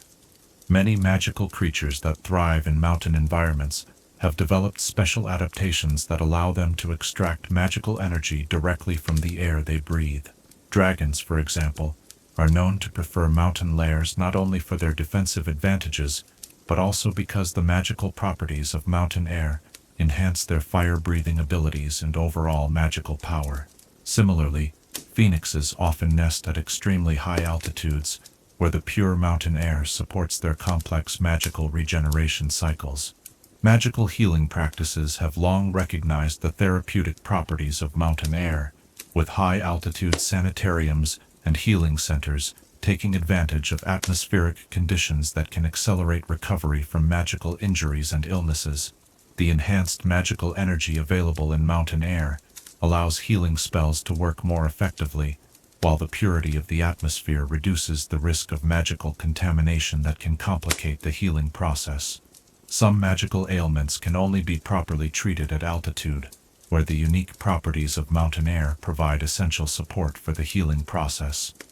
The storage and preservation of magical potions and other preparations benefit enormously from the stable conditions found in mountain air. Potions that might spoil within days at sea level can remain potent for months when stored in the controlled environment provided by high mountain caves or specially constructed mountain storage facilities. The reduced atmospheric pressure helps prevent the escape of volatile magical compounds, while the stable temperature and humidity conditions found at altitude create ideal preservation environments. The magical cartography of mountain regions reveals complex patterns of magical energy flow that are directly related to the properties of mountain air. Magical mapmakers have documented streams of enhanced magical energy that follow mountain ridges and valley floors, creating highways of magical power that experienced practitioners can use to enhance their spellcasting or to travel more efficiently through mountain terrain. These magical pathways are intimately connected to the air currents and atmospheric conditions that characterize different mountain regions. The psychological effects of breathing mountain air extend beyond the physical benefits to include enhanced mental clarity and magical focus that many practitioners find essential for advanced magical work. The combination of reduced oxygen, increased magical energy, and the profound silence that characterizes high mountain environments creates conditions that promote deep concentration and mental discipline. Many of the most important magical discoveries and innovations have been made by practitioners working in mountain environments, where the properties of the air itself supported the intense focus required for breakthrough magical research. Weather magic practiced in mountain environments takes advantage of the unique atmospheric conditions found at altitude to achieve effects that would be impossible at sea level.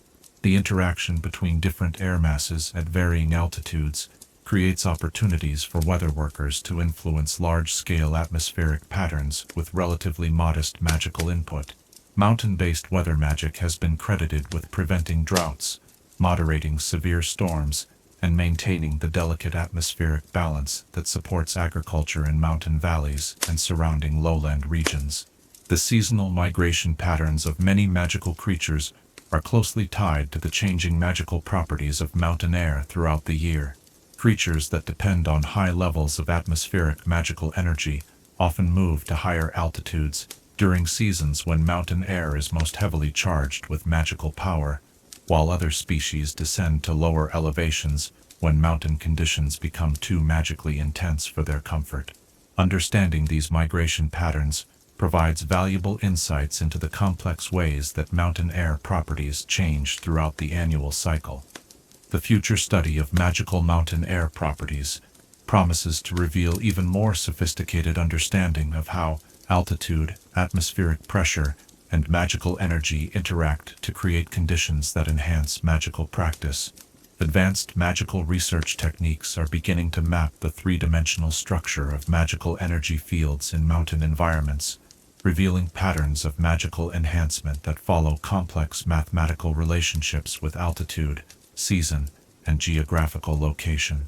This research may lead to new techniques for artificially creating mountain-like atmospheric conditions in lowland locations, making the benefits of mountain air accessible to magical practitioners who cannot travel to high-altitude locations. As we breathe deeply of our own evening air, perhaps feeling the gentle movement of atmosphere around us, we can appreciate the profound ways in which the very air we breathe connects us to the magical forces that surround and sustain us. In the mountains, where air becomes a medium of magic itself, this connection becomes tangible and transformative, reminding us that we exist within a world where the boundaries between the physical and magical are far more fluid than we might ordinarily imagine. What might we discover if we learn to read the magical properties of the air around us, sensing the invisible currents and energies that flow through every breath we take? Chapter 9. The Traditional Wizarding Honor Rituals. In the sacred spaces where candlelight flickers against ancient stones and the weight of centuries-old traditions fills the air with solemnity, we discover the profound ceremonies through which wizarding communities have celebrated, acknowledged, and renewed their commitment to honor throughout the ages. Tonight, we shall witness the remarkable rituals that have bound magical societies together in shared purpose, creating moments of transcendence, where individual achievement becomes part of the eternal story of magical honor. The oldest honor rituals in wizarding history emerged from the fundamental human need to mark significant transitions and acknowledge exceptional achievement within the community. In the Highland clans of ancient Scotland, the ceremony of the Silver Wand was performed when young wizards demonstrated their readiness to take on adult responsibilities within their magical community. This elaborate ritual, conducted during the winter solstice when magical energies were at their most stable, required the candidate to spend 3 days and nights alone in the mountains, armed only with a simple wooden wand and their knowledge of basic protective spells. Upon their return, they would present themselves to the clan elders, who would evaluate not only their magical abilities, but also their wisdom, courage, and commitment to the honor codes that governed Highland magical society. The medieval period saw the development of chivalric honor rituals that combined magical traditions with the knightly ideals that dominated European culture. The Vigil of Starlight, practiced by the magical orders that served various medieval kingdoms, required candidates for advancement to spend an entire night in prayer and meditation, surrounded by enchanted candles that would flicker and dim if the candidate's resolve wavered or their thoughts turned to selfish concerns. These vigils were conducted in sacred groves or ancient stone circles, where the boundary between the physical and magical worlds was thin, allowing the candidates to commune directly with the spiritual forces that guided their magical practice. Byzantine magical traditions contributed elaborate coronation-style ceremonies that celebrated the achievement of mastery in specific magical disciplines. The rite of the Golden Circlet was performed when a wizard achieved recognition as a master of healing magic, involving a complex ceremony where representatives from all the major healing traditions would test the candidate's knowledge, skill, and ethical understanding. The circlet itself was not merely a symbol but a powerful magical artifact that would enhance the wearer's healing abilities while binding them to the ethical obligations that came with mastery of such intimate and powerful magic. Islamic magical traditions developed honor rituals that emphasized the spiritual dimensions of magical achievement, viewing magical mastery as a form of divine blessing that brought corresponding responsibilities to serve others. The ceremony of the 99 names involved candidates reciting the traditional names of Allah, while demonstrating their mastery of 99 different beneficial spells, each linked to one of the divine attributes. This ritual, which could take several days to complete, required not only technical magical skill, but also deep spiritual preparation and a genuine commitment to using magical abilities in service of divine will and human welfare. Chinese magical honor rituals reflected the Confucian emphasis on social harmony and the proper fulfillment of one's role within the community. The ceremony of the 5 elements required candidates to demonstrate their understanding of how magical practice should maintain balance between opposing forces, showing mastery not only of elemental magic, but also of the philosophical principles that governed its ethical use. The ritual involved complex choreographed movements performed while casting spells that represented the interaction of wood, fire, earth, metal, and water, creating a living demonstration of harmony and balance that served as both test and celebration. The Renaissance brought intellectual rigor to honor rituals as magical communities began to emphasize scholarship and theoretical understanding alongside practical magical skill. The Disputatio Magica, developed in the magical academies of Italy, required candidates to defend their magical theories and ethical positions in formal debates conducted before panels of master wizards. These intellectual honor rituals recognized that true magical mastery required not only the ability to cast spells, but also the wisdom to understand their proper application and the eloquence to teach and guide others in their magical development. North American indigenous magical traditions contributed honor rituals that emphasized the connection between magical practitioners and the natural world. The vision quest of the 4 directions required candidates to journey alone into the wilderness, seeking magical visions that would reveal their proper role within the community and their relationship to the spiritual forces that govern the natural world.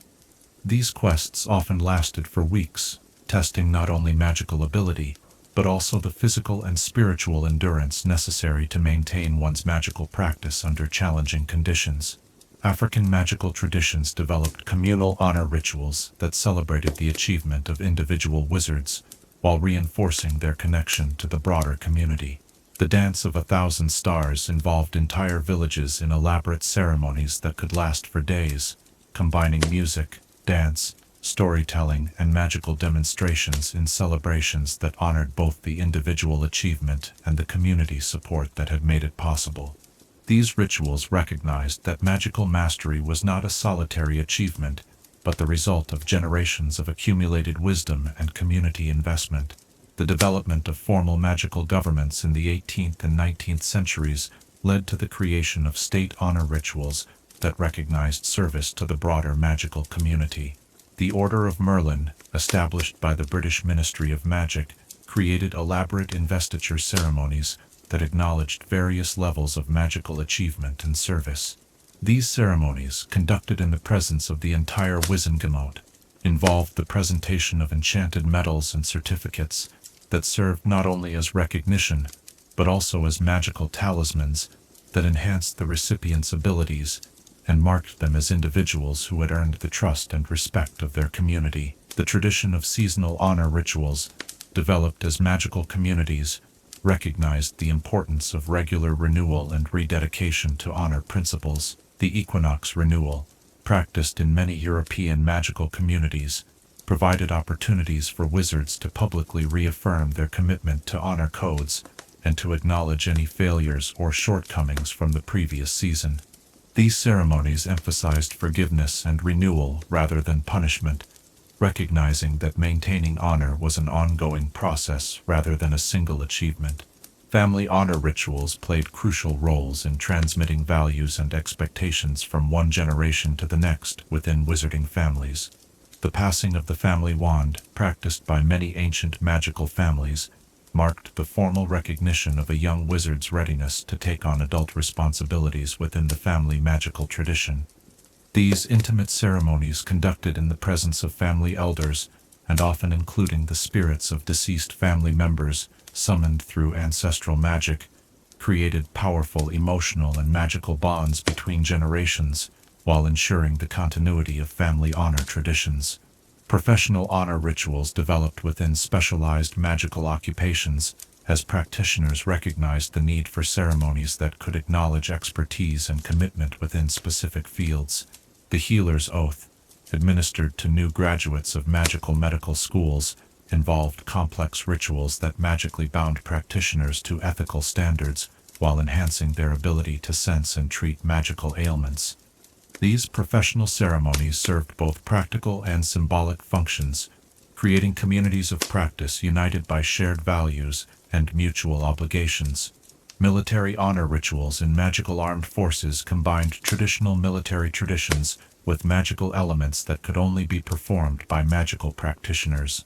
The ceremony of the Enchanted Standard involved the blessing of military banners with protective spells that would shield soldiers in battle, while inspiring them to acts of courage and honor. These ceremonies, conducted before major military campaigns, created powerful magical and psychological bonds between soldiers, while invoking divine protection and guidance. The development of international magical cooperation led to the creation of diplomatic honor rituals that could acknowledge achievement and service, while respecting the diverse traditions of different magical cultures.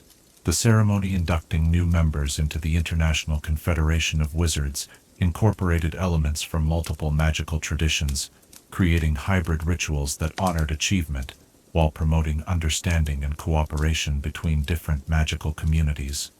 Academic honor rituals evolved as magical education became more formalized and standardized across different magical communities.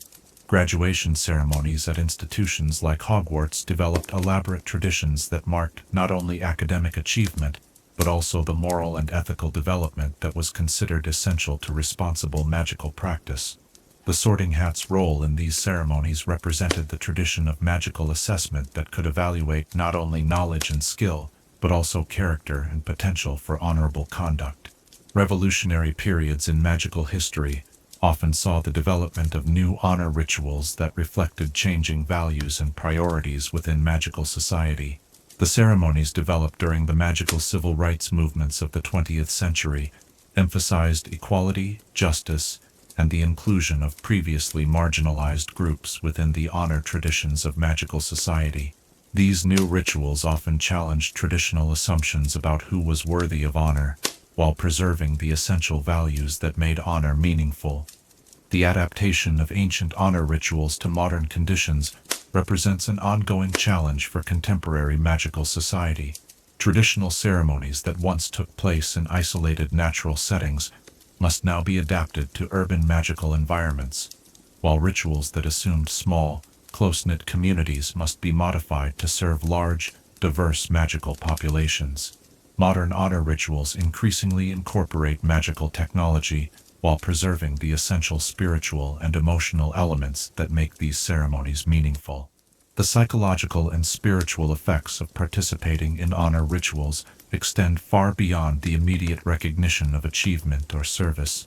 These ceremonies create powerful experiences that can transform participants' understanding of their role within the magical community, while providing motivation for continued ethical development. The combination of magical energy, communal support, and symbolic action creates conditions that can produce lasting changes in how individuals understand their responsibilities and relationships.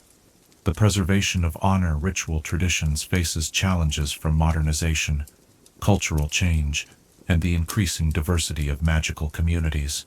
Efforts to maintain these traditions while adapting them to contemporary needs require careful balance between respect for historical practice and recognition of changing social conditions. The most successful adaptations preserve the essential spiritual and ethical content of traditional rituals while modifying their external forms to remain relevant and meaningful to new generations of magical practitioners. The role of honor rituals in healing and reconciliation within magical communities has become increasingly important as societies grapple with historical injustices and contemporary conflicts. Ceremonies of restoration and forgiveness, adapted from traditional honor rituals, provide structured opportunities for communities to acknowledge past wrongs while recommitting to shared values and mutual respect. These healing rituals demonstrate the power of ceremonial practice to transform relationships and create possibilities for renewed cooperation and trust. As we conclude our exploration of these profound ceremonial traditions in the quiet reflection of our evening hour, we can appreciate how honor rituals serve as bridges between the mundane and the transcendent, creating moments where individual achievement becomes part of the eternal story of humans striving for goodness, wisdom, and service. In these ceremonies, communities celebrate not only what has been accomplished, but also what becomes possible when individuals commit themselves to the highest ideals of their tradition. What rituals in our own lives help us remember our deepest commitments and renew our dedication to the values that give our existence meaning and purpose? Chapter 10. The Magical Theory of Honorable Magic. Within the profound silence of contemplation, where theory meets practice and intention shapes reality, we enter the most sophisticated realm of magical understanding, the intricate theoretical framework that governs honorable magic. Tonight we shall explore the fundamental principles that determine how moral intention influences magical outcomes, revealing the deep connections between a wizard's character and the very nature of the magic they can perform. The theoretical foundation of honorable magic rests upon the principle that magical energy itself possesses a fundamental alignment toward creation, healing, and positive transformation. Ancient magical theorists observed that spells cast with genuinely beneficial intentions seemed to draw upon deeper wellsprings of power than those motivated by selfish or destructive purposes, leading to the development of the principle of ethical resonance. This principle suggests that the magical field that permeates our world naturally amplifies magic that serves constructive purposes while creating resistance to spells that seek to cause unnecessary harm or suffering. The concept of magical purity emerged from centuries of observation that wizards who consistently practiced honorable magic developed enhanced magical abilities over time, while those who frequently employed questionable or harmful magic experienced gradual degradation in their magical power and precision. This phenomenon, known as the law of magical consequence, demonstrates that the repeated practice of honorable magic creates positive feedback loops that strengthen the practitioner's connection to magical energy, while dishonorable magic creates interference patterns that diminish magical effectiveness. Medieval magical philosophers developed the theory of intentional resonance to explain how a wizard's moral state could influence their magical abilities. According to this theory, magical energy responds not only to the technical aspects of spellcasting, but also to the emotional and ethical state of the practitioner. Spells cast with genuine compassion, wisdom, or courage naturally align with beneficial magical currents, while magic performed with hatred, greed, or cowardice creates dissonance that reduces spell effectiveness and can even cause magical backlash against the practitioner. The quantification of honorable magic presents unique challenges for magical theorists, as traditional methods of measuring magical power fail to account for the qualitative differences between ethical and unethical magical practice.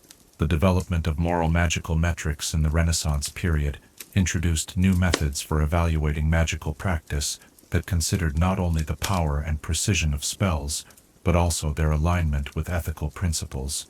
These metrics revealed that honorable magic often achieved its effects through more efficient use of magical energy, suggesting that ethical practice represents not just moral superiority, but also technical sophistication. The relationship between magical education and honorable practice has been extensively studied by educational theorists who seek to understand how moral development influences magical learning.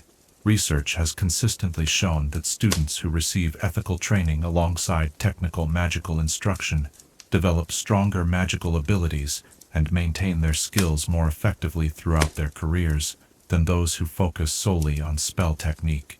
This finding supports the theory of integrated development, which suggests that magical and moral growth are fundamentally interconnected processes that must proceed together for optimal results. The phenomenon of magical enhancement through honorable practice can be observed in the career trajectories of the most accomplished wizards throughout history. These individuals consistently demonstrate that sustained practice of honorable magic leads to abilities that transcend what should be possible based purely on technical training and natural talent. The enhancement principle explains this phenomenon by suggesting that honorable magic creates cumulative effects that gradually expand the practitioner's capacity to channel and direct magical energy, leading to achievements that appear miraculous to those who have not undergone similar moral and magical development. The theoretical understanding of protective magic reveals particularly clear examples of how honor influences magical effectiveness. Protective spells cast by individuals with genuine commitment to defending others consistently prove more powerful and durable than similar spells cast for selfish purposes.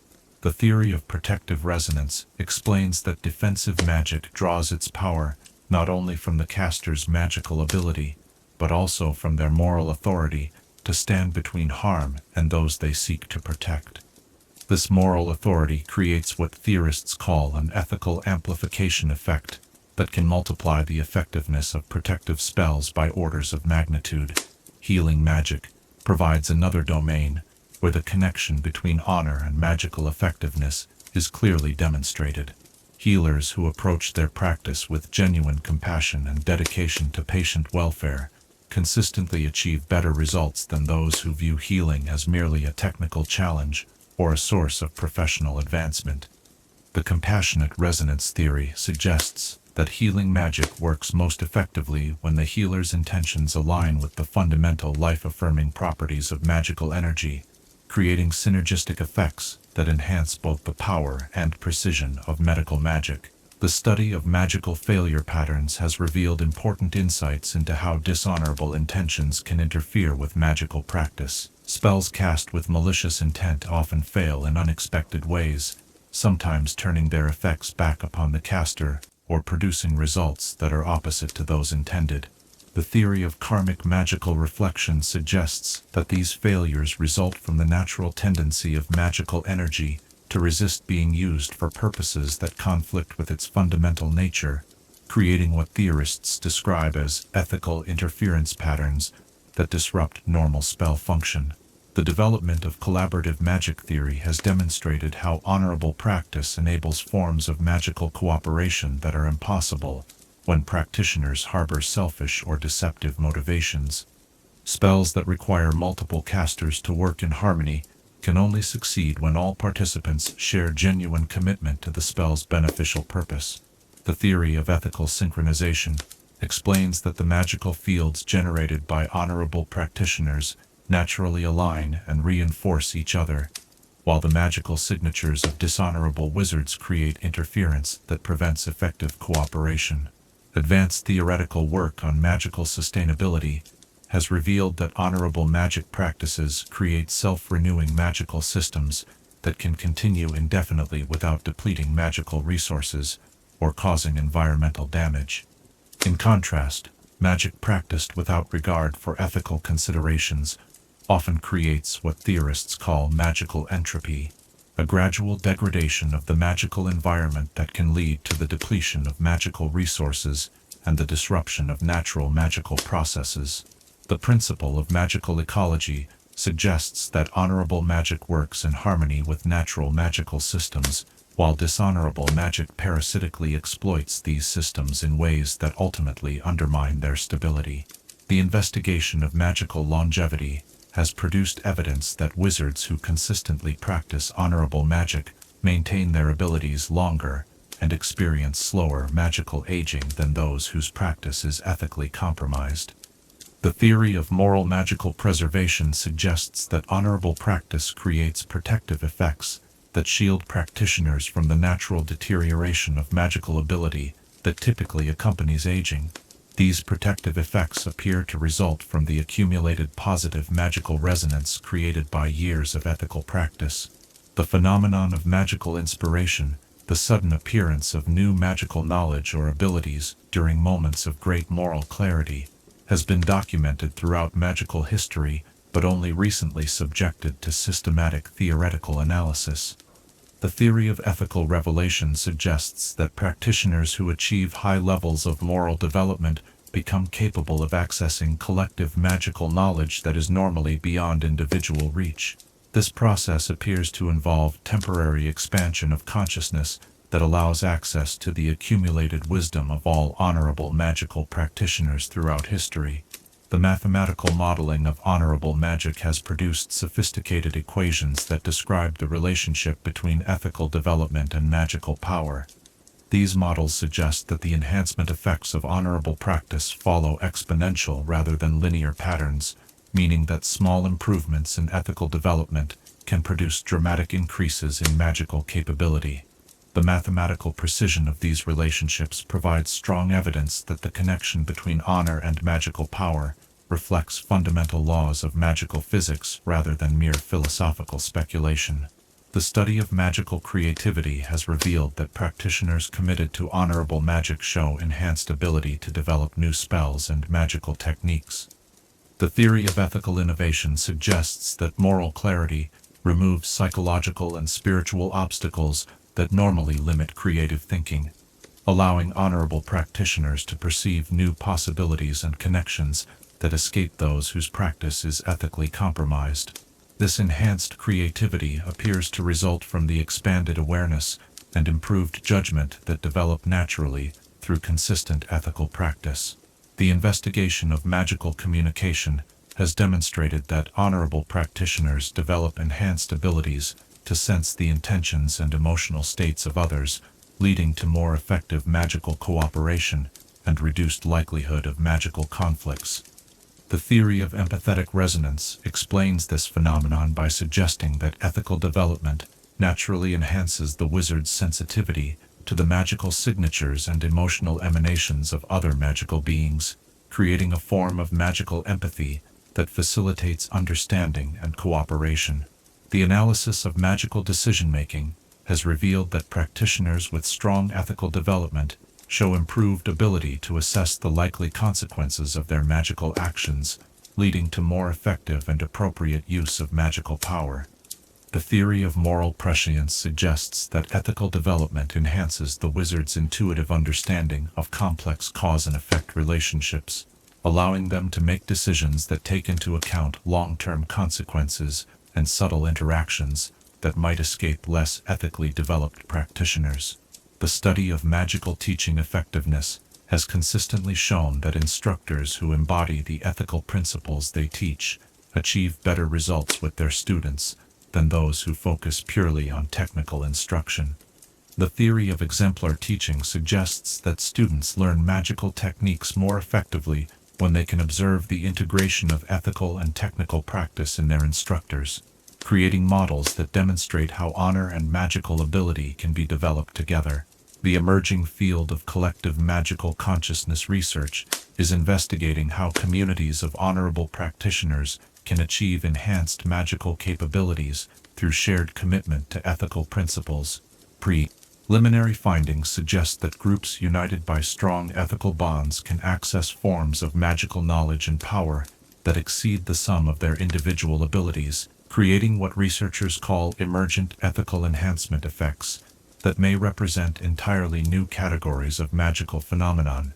The theoretical implications of honorable magic extend beyond practical applications to fundamental questions about the nature of reality and consciousness. The consistent observation that moral development enhances magical ability suggests that ethical behavior is not merely a social convention, but a reflection of basic principles that govern the structure of reality itself.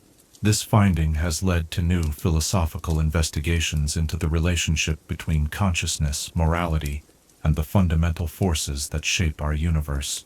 As we conclude our exploration of these profound theoretical principles in the contemplative quiet of our evening study, we can appreciate how the systematic investigation of honorable magic has revealed connections between ethics and effectiveness that validate the wisdom of ancient magical traditions, while opening new possibilities for understanding the deepest nature of magical practice.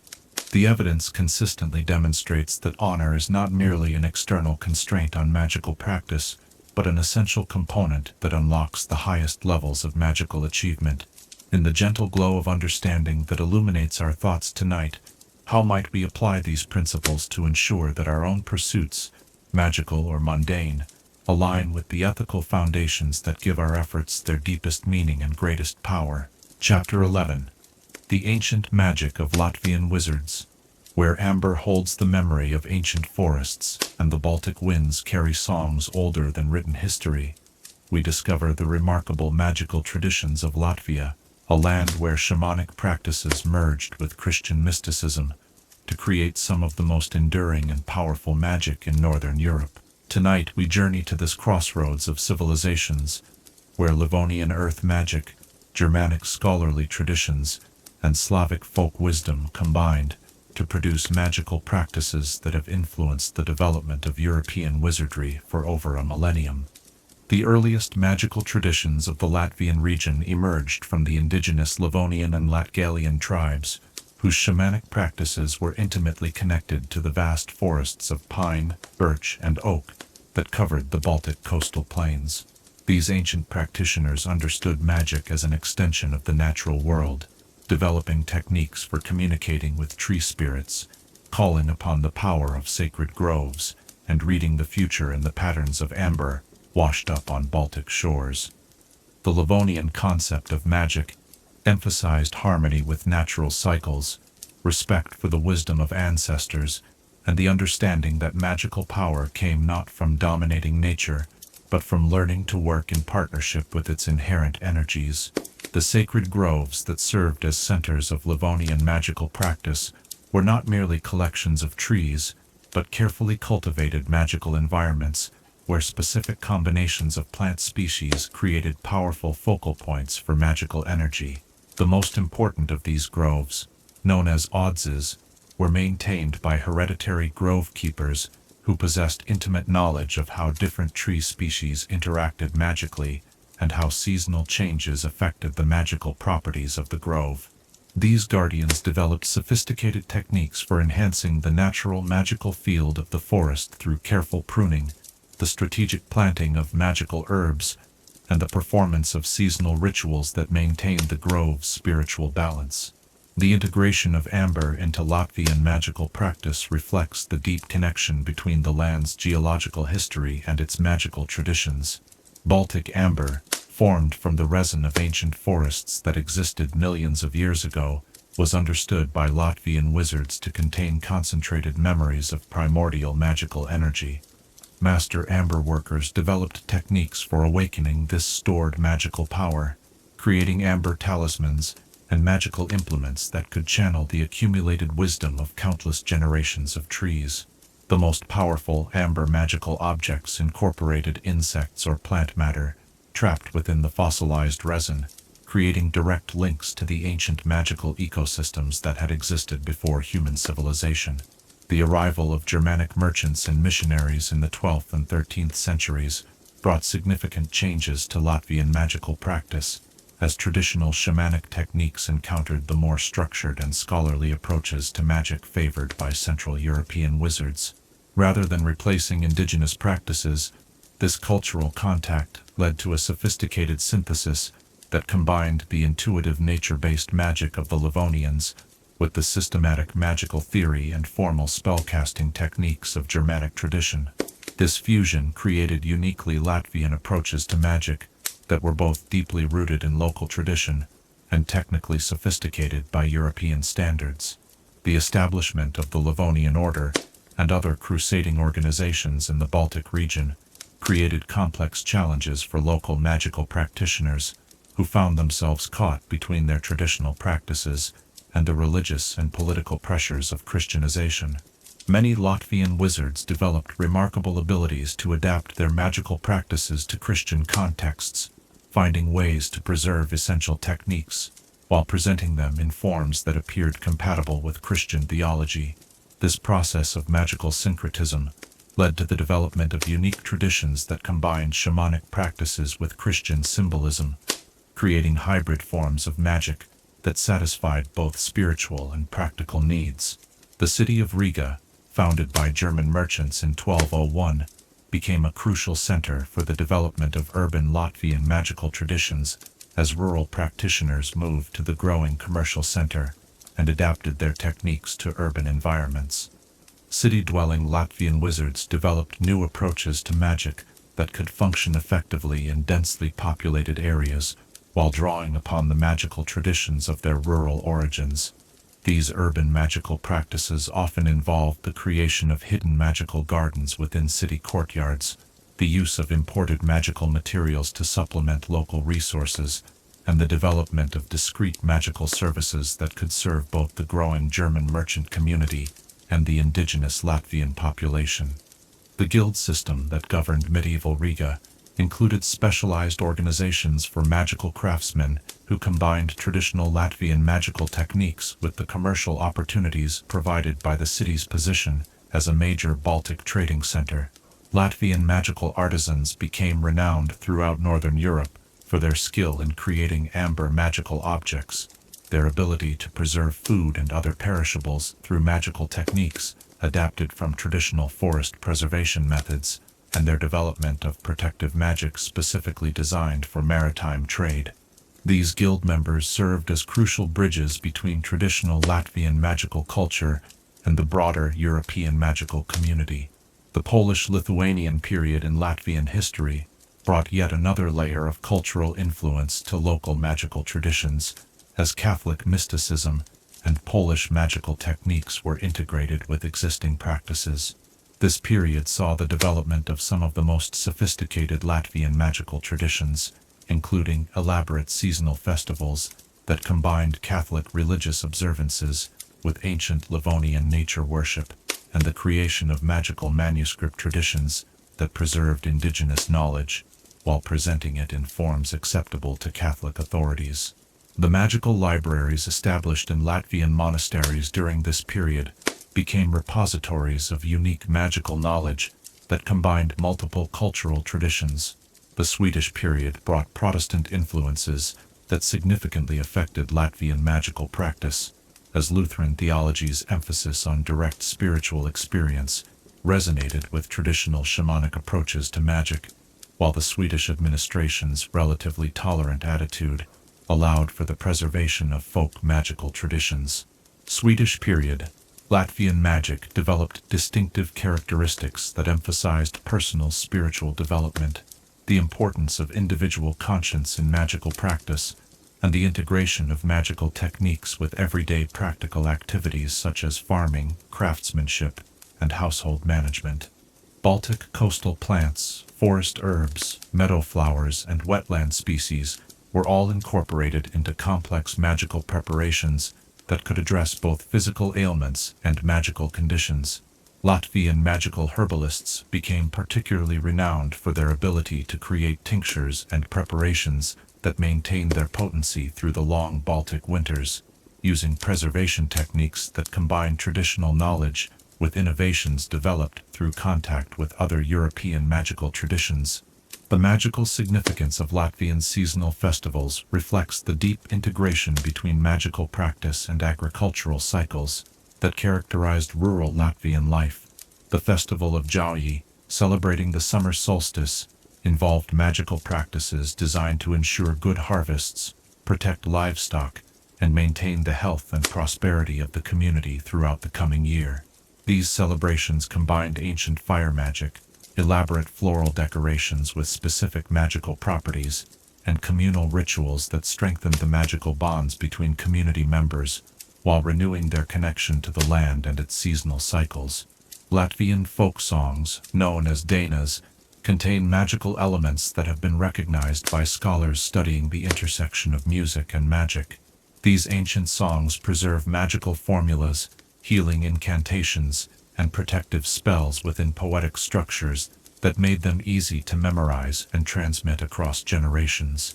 The performance of danas during seasonal festivals and important life events served not only cultural and social functions, but also magical ones, creating musical environments that could influence weather, promote healing, and provide protection against various forms of harm. The magical architecture of traditional Latvian farmsteads reflects sophisticated understanding of how building design and orientation could enhance magical practice and provide protection for inhabitants. Traditional Latvian houses were constructed with specific attention to magical sightlines, the placement of doors and windows to facilitate beneficial magical flows, and the use of building materials that possessed natural protective properties. The decorative elements found on traditional Latvian buildings often incorporated magical symbols and patterns designed to ward off harmful influences while attracting beneficial energies. The Russian imperial period brought new challenges and opportunities for Latvian magical practice, as traditional rural magic encountered the formal magical institutions and administrative systems of the Russian Empire. Some Latvian magical practitioners adapted their techniques to serve in imperial magical institutions, while others focused on preserving traditional knowledge in rural communities that remained relatively isolated from imperial influence. This period saw the development of distinctive Latvian approaches to magical education that combined traditional apprenticeship methods with more formal educational structures. Latvian magical textile traditions achieved remarkable sophistication through the integration of magical symbols and protective patterns into everyday clothing and household textiles.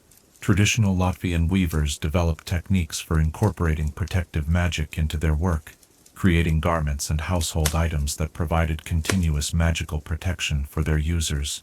The patterns and symbols used in these textiles preserved ancient magical knowledge while serving practical protective functions, making magical protection a seamless part of daily life. The magical significance of Latvian bathhouse traditions reflects the sophisticated understanding of purification and healing magic that characterized local practice. Traditional Latvian bathhouses incorporated magical elements into their design and operation, using specific combinations of heat, steam, and medicinal plants to create environments that promoted both physical and magical healing. The ritual practices associated with bathhouse use included magical elements designed to cleanse negative influences, promote good health, and enhance magical abilities. The 19th century Latvian national awakening brought renewed interest in preserving and documenting traditional magical practices as part of the broader effort to maintain Latvian cultural identity under foreign rule. Folklorists and cultural activists worked to collect and preserve magical traditions that might otherwise have been lost, creating archives of magical knowledge that served both scholarly and practical purposes.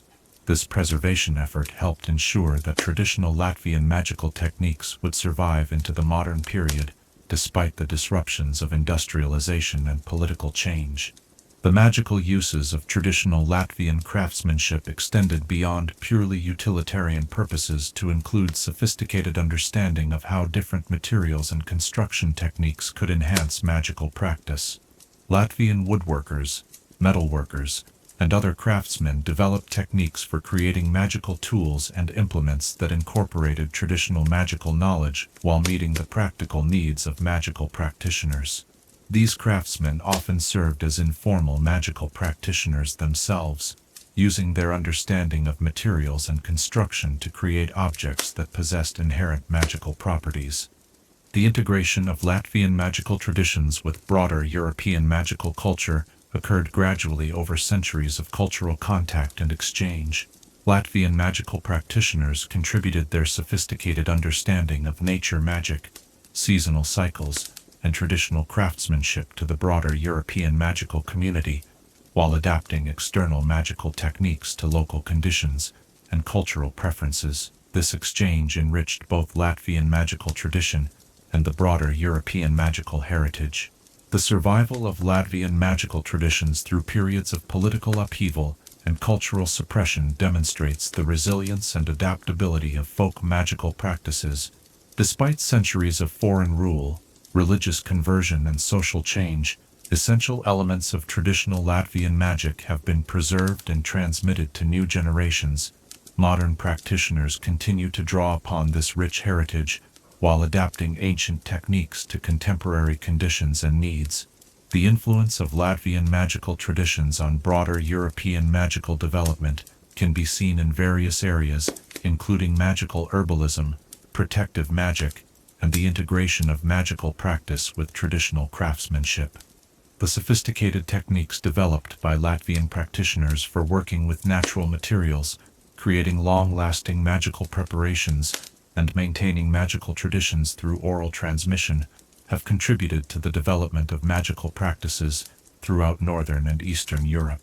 As evening mist rises from the Baltic shores, where amber still washes up, carrying memories of ancient forests, we can imagine the gentle glow of traditional oil lamps illuminating cottage windows, where the old songs are still sung, and the ancient knowledge continues to flow from generation to generation.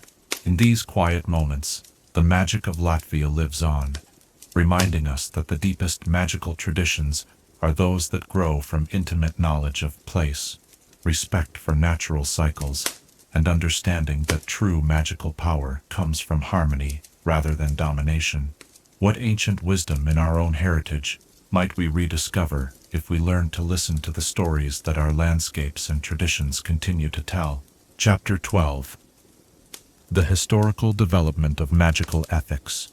In the sacred twilight where wisdom meets responsibility and power finds its moral compass, we arrive at our final exploration of the profound journey through which magical societies have developed the ethical frameworks that guide responsible magical practice. Tonight, as we conclude our meditation on Highland magic and honor, we shall trace the remarkable evolution of magical ethics from its earliest philosophical foundations to the complex moral systems that continue to shape wizarding society in our modern age. The foundations of magical ethics emerged from the earliest recognition that magical power, unlike any other human capability, could fundamentally alter the nature of reality itself. The first magical philosophers working in the ancient civilizations of Mesopotamia and Egypt grappled with questions that had no precedent in human experience. What obligations did magical power create? How should the ability to reshape reality be balanced against respect for the natural order? What limits, if any, should be placed on the use of abilities that could extend life, peer into minds, or alter the fundamental properties of matter? These questions gave birth to the first systematic attempts to develop ethical frameworks specifically designed to address the unique moral challenges posed by magical practice. The development of consequentialist magical ethics in ancient Greece represented the first systematic attempt to evaluate magical actions based on their outcomes rather than their conformity to traditional rules or religious requirements. Greek magical philosophers, influenced by the broader philosophical traditions of their culture, developed sophisticated arguments that magical actions should be judged by their effects on human welfare and social harmony. This approach led to the development of utilitarian magical codes that sought to maximize beneficial outcomes while minimizing harm, creating frameworks for evaluating complex magical decisions that involved competing interests and unclear consequences. The emergence of deontological magical ethics during the Roman period reflected the legal and administrative culture that characterized Roman civilization. Roman magical philosophers developed ethical systems that emphasized duty, obligation, and adherence to universal principles rather than calculation of consequences. These systems established absolute prohibitions against certain types of magical practice, while creating positive obligations for magical practitioners to use their abilities in service of justice and social order. The Roman emphasis on legal structure and institutional authority profoundly influenced the development of formal magical codes that could be enforced through governmental and judicial systems. The integration of religious perspectives into magical ethics during the medieval period created some of the most influential and enduring ethical frameworks in magical history. Christian magical theologians developed sophisticated theories about the relationship between magical power and divine authority, arguing that magical abilities were gifts from God that carried corresponding obligations to use them in accordance with divine will. Islamic magical philosophers contributed equally important perspectives on the spiritual dimensions of magical practice, emphasizing the importance of intention, humility, and service to the divine plan. These religious approaches to magical ethics created frameworks that connected individual moral choice to cosmic purpose and meaning. The scholastic period saw unprecedented intellectual rigor applied to questions of magical ethics, as medieval universities began to treat magical philosophy as a legitimate academic discipline, deserving the same systematic analysis applied to theology and natural philosophy. Scholastic magical ethicists developed elaborate theoretical frameworks that attempted to reconcile Aristotelian virtue ethics, Christian moral theology, and the practical necessities of magical governance. Their work produced comprehensive ethical systems that addressed every aspect of magical practice, from individual spell choices to the moral obligations of magical rulers and institutions. The Renaissance brought humanistic perspectives to magical ethics that emphasized individual dignity, rational autonomy, and the potential for human moral development. Renaissance magical philosophers argued that ethical magical practice should be based on reason and empirical observation rather than traditional authority or religious doctrine alone.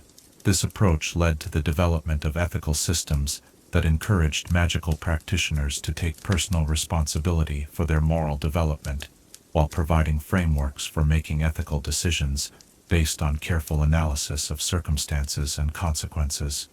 The Protestant Reformation profoundly affected magical ethics by challenging traditional religious authorities and emphasizing individual conscience and direct spiritual experience.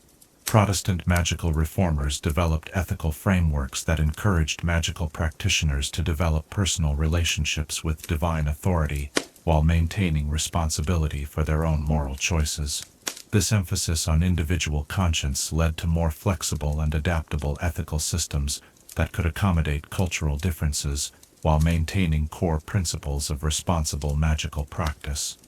The Enlightenment brought scientific methodology and rational analysis to bear on questions of magical ethics, leading to systematic attempts to develop moral frameworks based on empirical observation and logical reasoning rather than tradition or authority.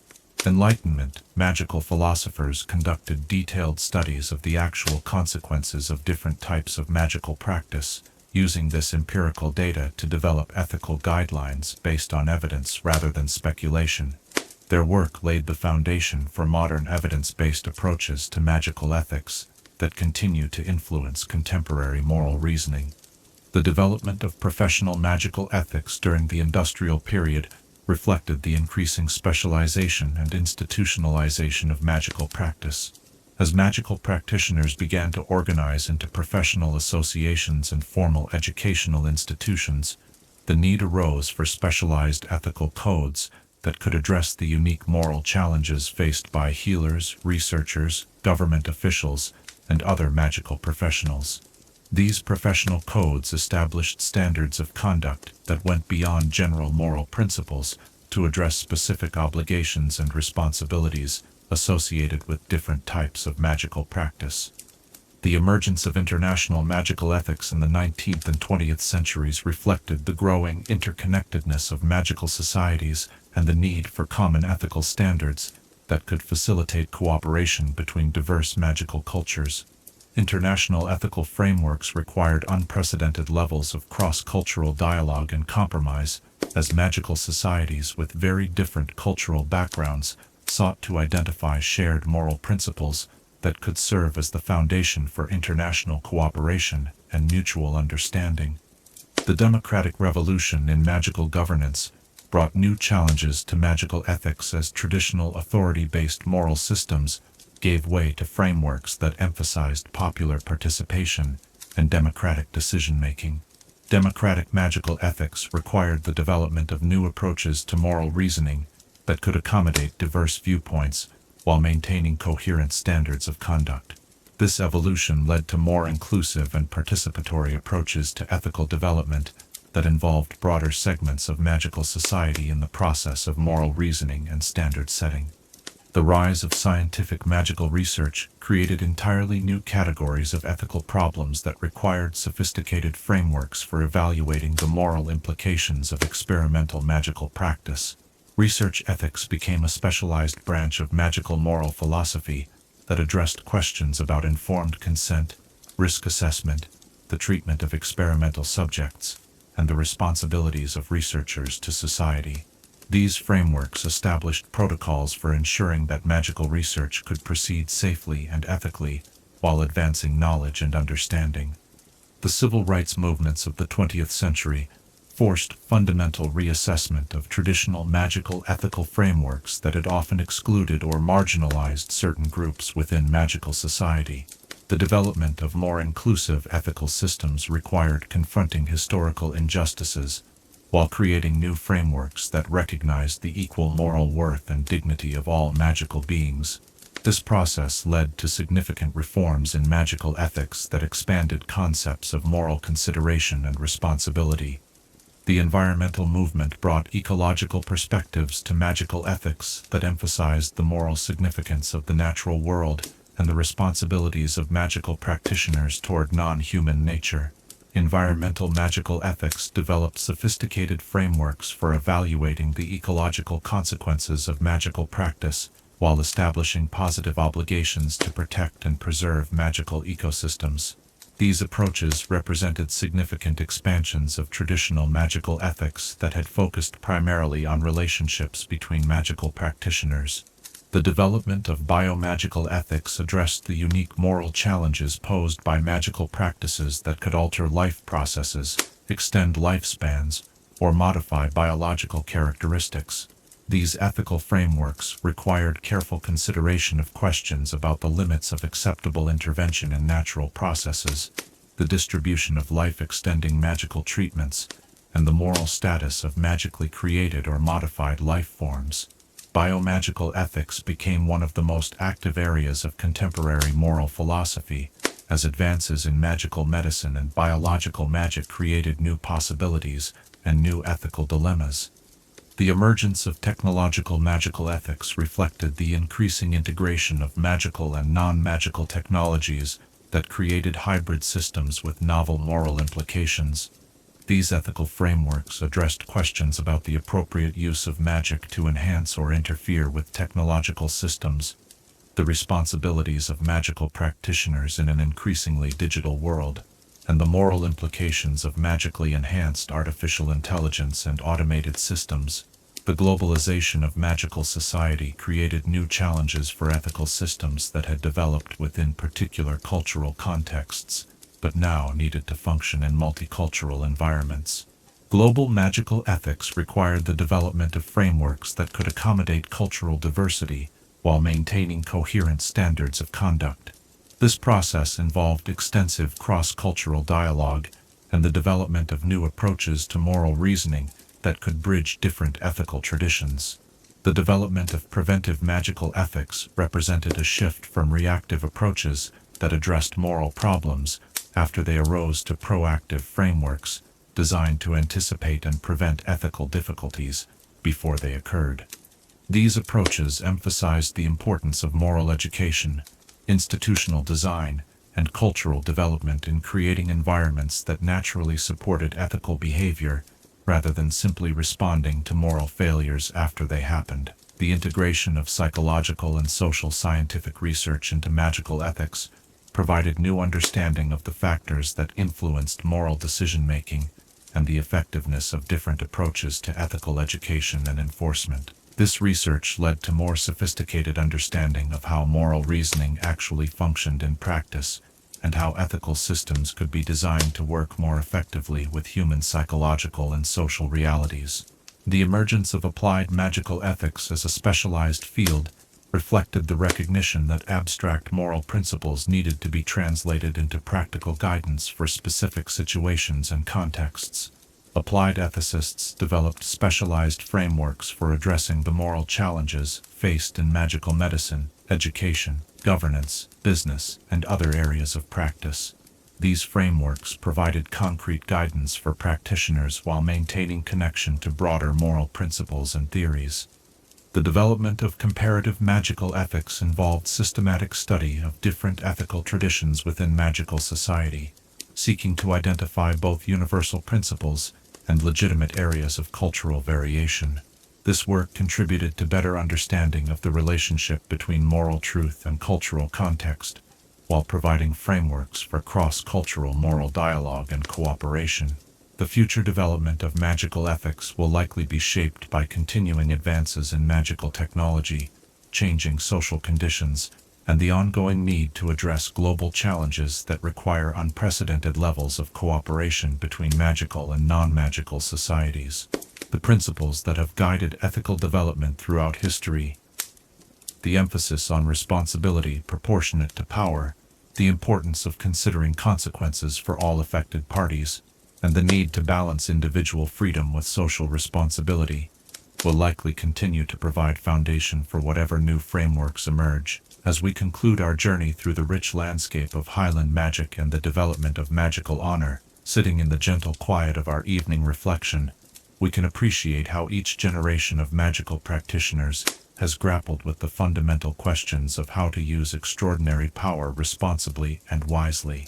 The evolution of magical ethics represents humanity's ongoing effort to ensure that our greatest capabilities serve our highest aspirations, creating frameworks for moral reasoning that honor both the complexity of moral choice and the simple truth that power brings responsibility. In the peaceful silence that surrounds us now, how might we contribute to the continuing development of ethical frameworks that can guide us toward the wise and compassionate use of whatever powers, magical or mundane, we have been given to exercise in our brief time upon this earth?